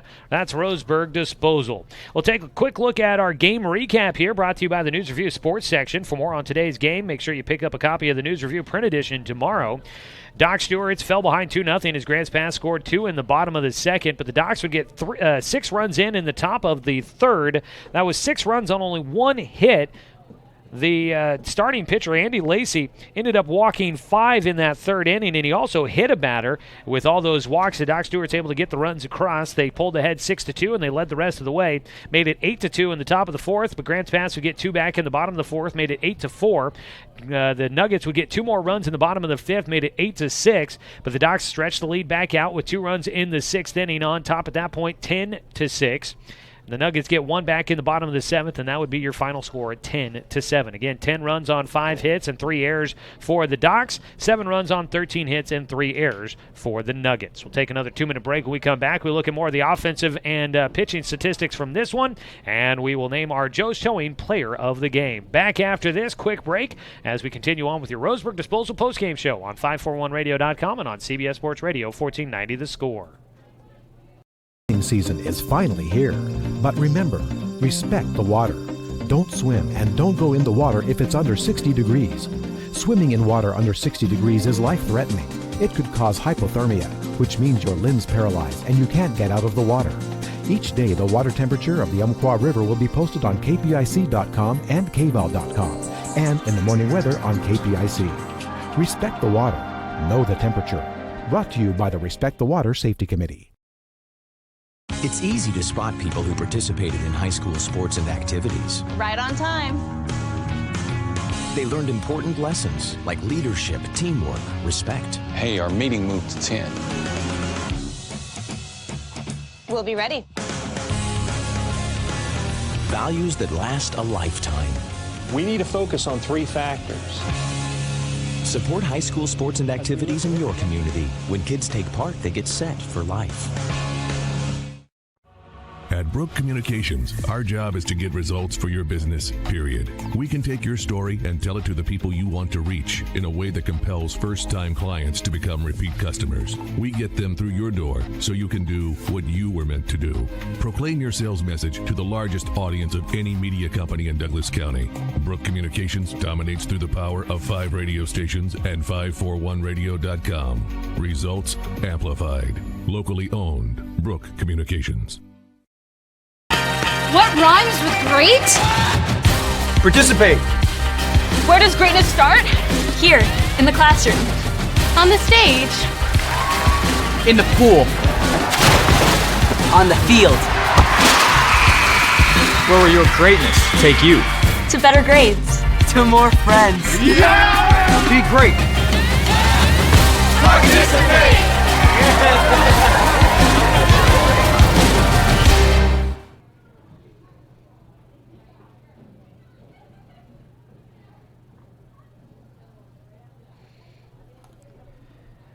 Back with more of our Roseburg Disposal post-game show. Let them make the run to the dump for you. Taking a look at how things played out here with the stats in Game 1 of this doubleheader. Docs getting the 10-7 victory. Offensive numbers at the plate. Cody Johnson 1 for 4 with 2 runs scored. Spencer 6 was 1 for 2 with 3 runs scored. Doran Gillespie 1 for 3 with 2 runs scored. Let's see here. Jay Stoffel goes 1 for 2 with a run scored and 2 RBIs. Cody Johnson goes 0 for 1 in the game, does score a run, did have 2 RBI. 3 RBI for Drake Bourgeois, going 1 for 4 in the contest. Drake had a double out there that helped drive in 3 runs for the Docs. And that is the hits there for the Doc Stewarts. Only finished with 5, but they take advantage of what Grants Pass gives them. On the other side for the Nuggets, 1 for 4 for Tyler Rund. Nick Bastendorf goes 1 for 3. 2 for 4 for Colby Dinkle with a run scored. 3 for 4 for Peyton Calabro with an RBI. 2 for 3 for Sean Tobin. And 2 for 4 for Braden Bellum with 2 RBI, and Peyton Anhorn goes 2 for 4 with 2 RBI as well. Cade Meisner gets the win. He pitched 4 innings, gave up 10 hits, 6 runs, 2 of them earned, 2 walks and 2 strikeouts. So he gets touched up. The defense behind him kind of caused a couple of runs to come in, and so only giving up 2 earned runs in his 4 innings of work, not too bad, especially giving up 10 hits to be able to limit the damage. Austin Anderson pitched 2 innings in relief. I think would get credit for a hold. He goes 2 innings, gave up 1 hit, 1 run. It was earned, 2 walks and 3 strikeouts. Cody Johnson earns his 2nd save of the season, pitching the final inning, giving up 2 hits, no runs, no walks, and 1 strikeout. Andy Lacy pitches the first 2 2/3 innings, gave up just 1 hit, but gives up 6 runs, all of them earned on 6 walks. He did have 4 strikeouts. Jacob Mehmet pitched an inning and a third in relief, and Nick Bassendorf finished off the game pitching the final 3 innings, giving up 2 hits, 2 runs, neither earned, 4 strikeouts for him. That is a look at the numbers from Game 1 of our doubleheader. It's time now to name our Joe's Towing Player of the Game. Coming through in the clutch for you, call Joe's Towing, your local towing professionals. Tonight's Game 1 Player of the Game, I'm going to give the award. I think the pitching staff earns it, but I'm going to select out Austin Anderson, the newbie on the team coming up from the single-A level. He is pitching a couple of tight moments in a couple of ball games against the Nuggets here in the last 2 days, and Anderson has done well. He comes out and he inherited a couple of runners on when he came in to the game and pitched through 2 innings, able to keep the Doc Stewarts in front and not give up much. He gives up just 1 hit and 1 run, walked 2 and struck out 3. He continues to look like a nice guy and a nice option out of the bullpen for the Doc Stewarts as he comes up from the Pepsi bottle cap. So congratulations, Austin Anderson, your player of the game for Game 1 of tonight's matchup. That is your Joe's Towing player of the game. Well, folks, we're going to end our Game 1 broadcast here on the video stream. And for those listening on the radio, we're just going to chug right along. But for those watching online at 541radio.com, the broadcast will end. We'll get Game 2 started here in just a couple of minutes. And when we come back, we'll get a chance to catch up with Peyton Hope as we hear from him and get our player interview underway with you in between games here. Game 2 going to be coming up here in just a few moments, so we'll get things all ready to go as we hear from Peyton Hope coming up in a second. So we will say thanks, everybody, for tuning in for Game 1 of our doubleheader. Don't go anywhere. Game 2 going to be coming up in just a few moments, so stick with us. We'll end the Game 1 broadcast for the video stream watchers, and we'll be back with Game 2. Just refresh the page here in a few moments. You'll be able to find our broadcast there. We'll have Game 2 with an interview from Peyton Hope to start things off in our Supercuts pregame show. Back after this, it's Doc Stewart's getting a win 10-7 in Game 1 of a doubleheader. Game 2 coming up momentarily right here on Douglas County's Home for Sports, CBS Sports Radio, 1490 The Score. Yes, please.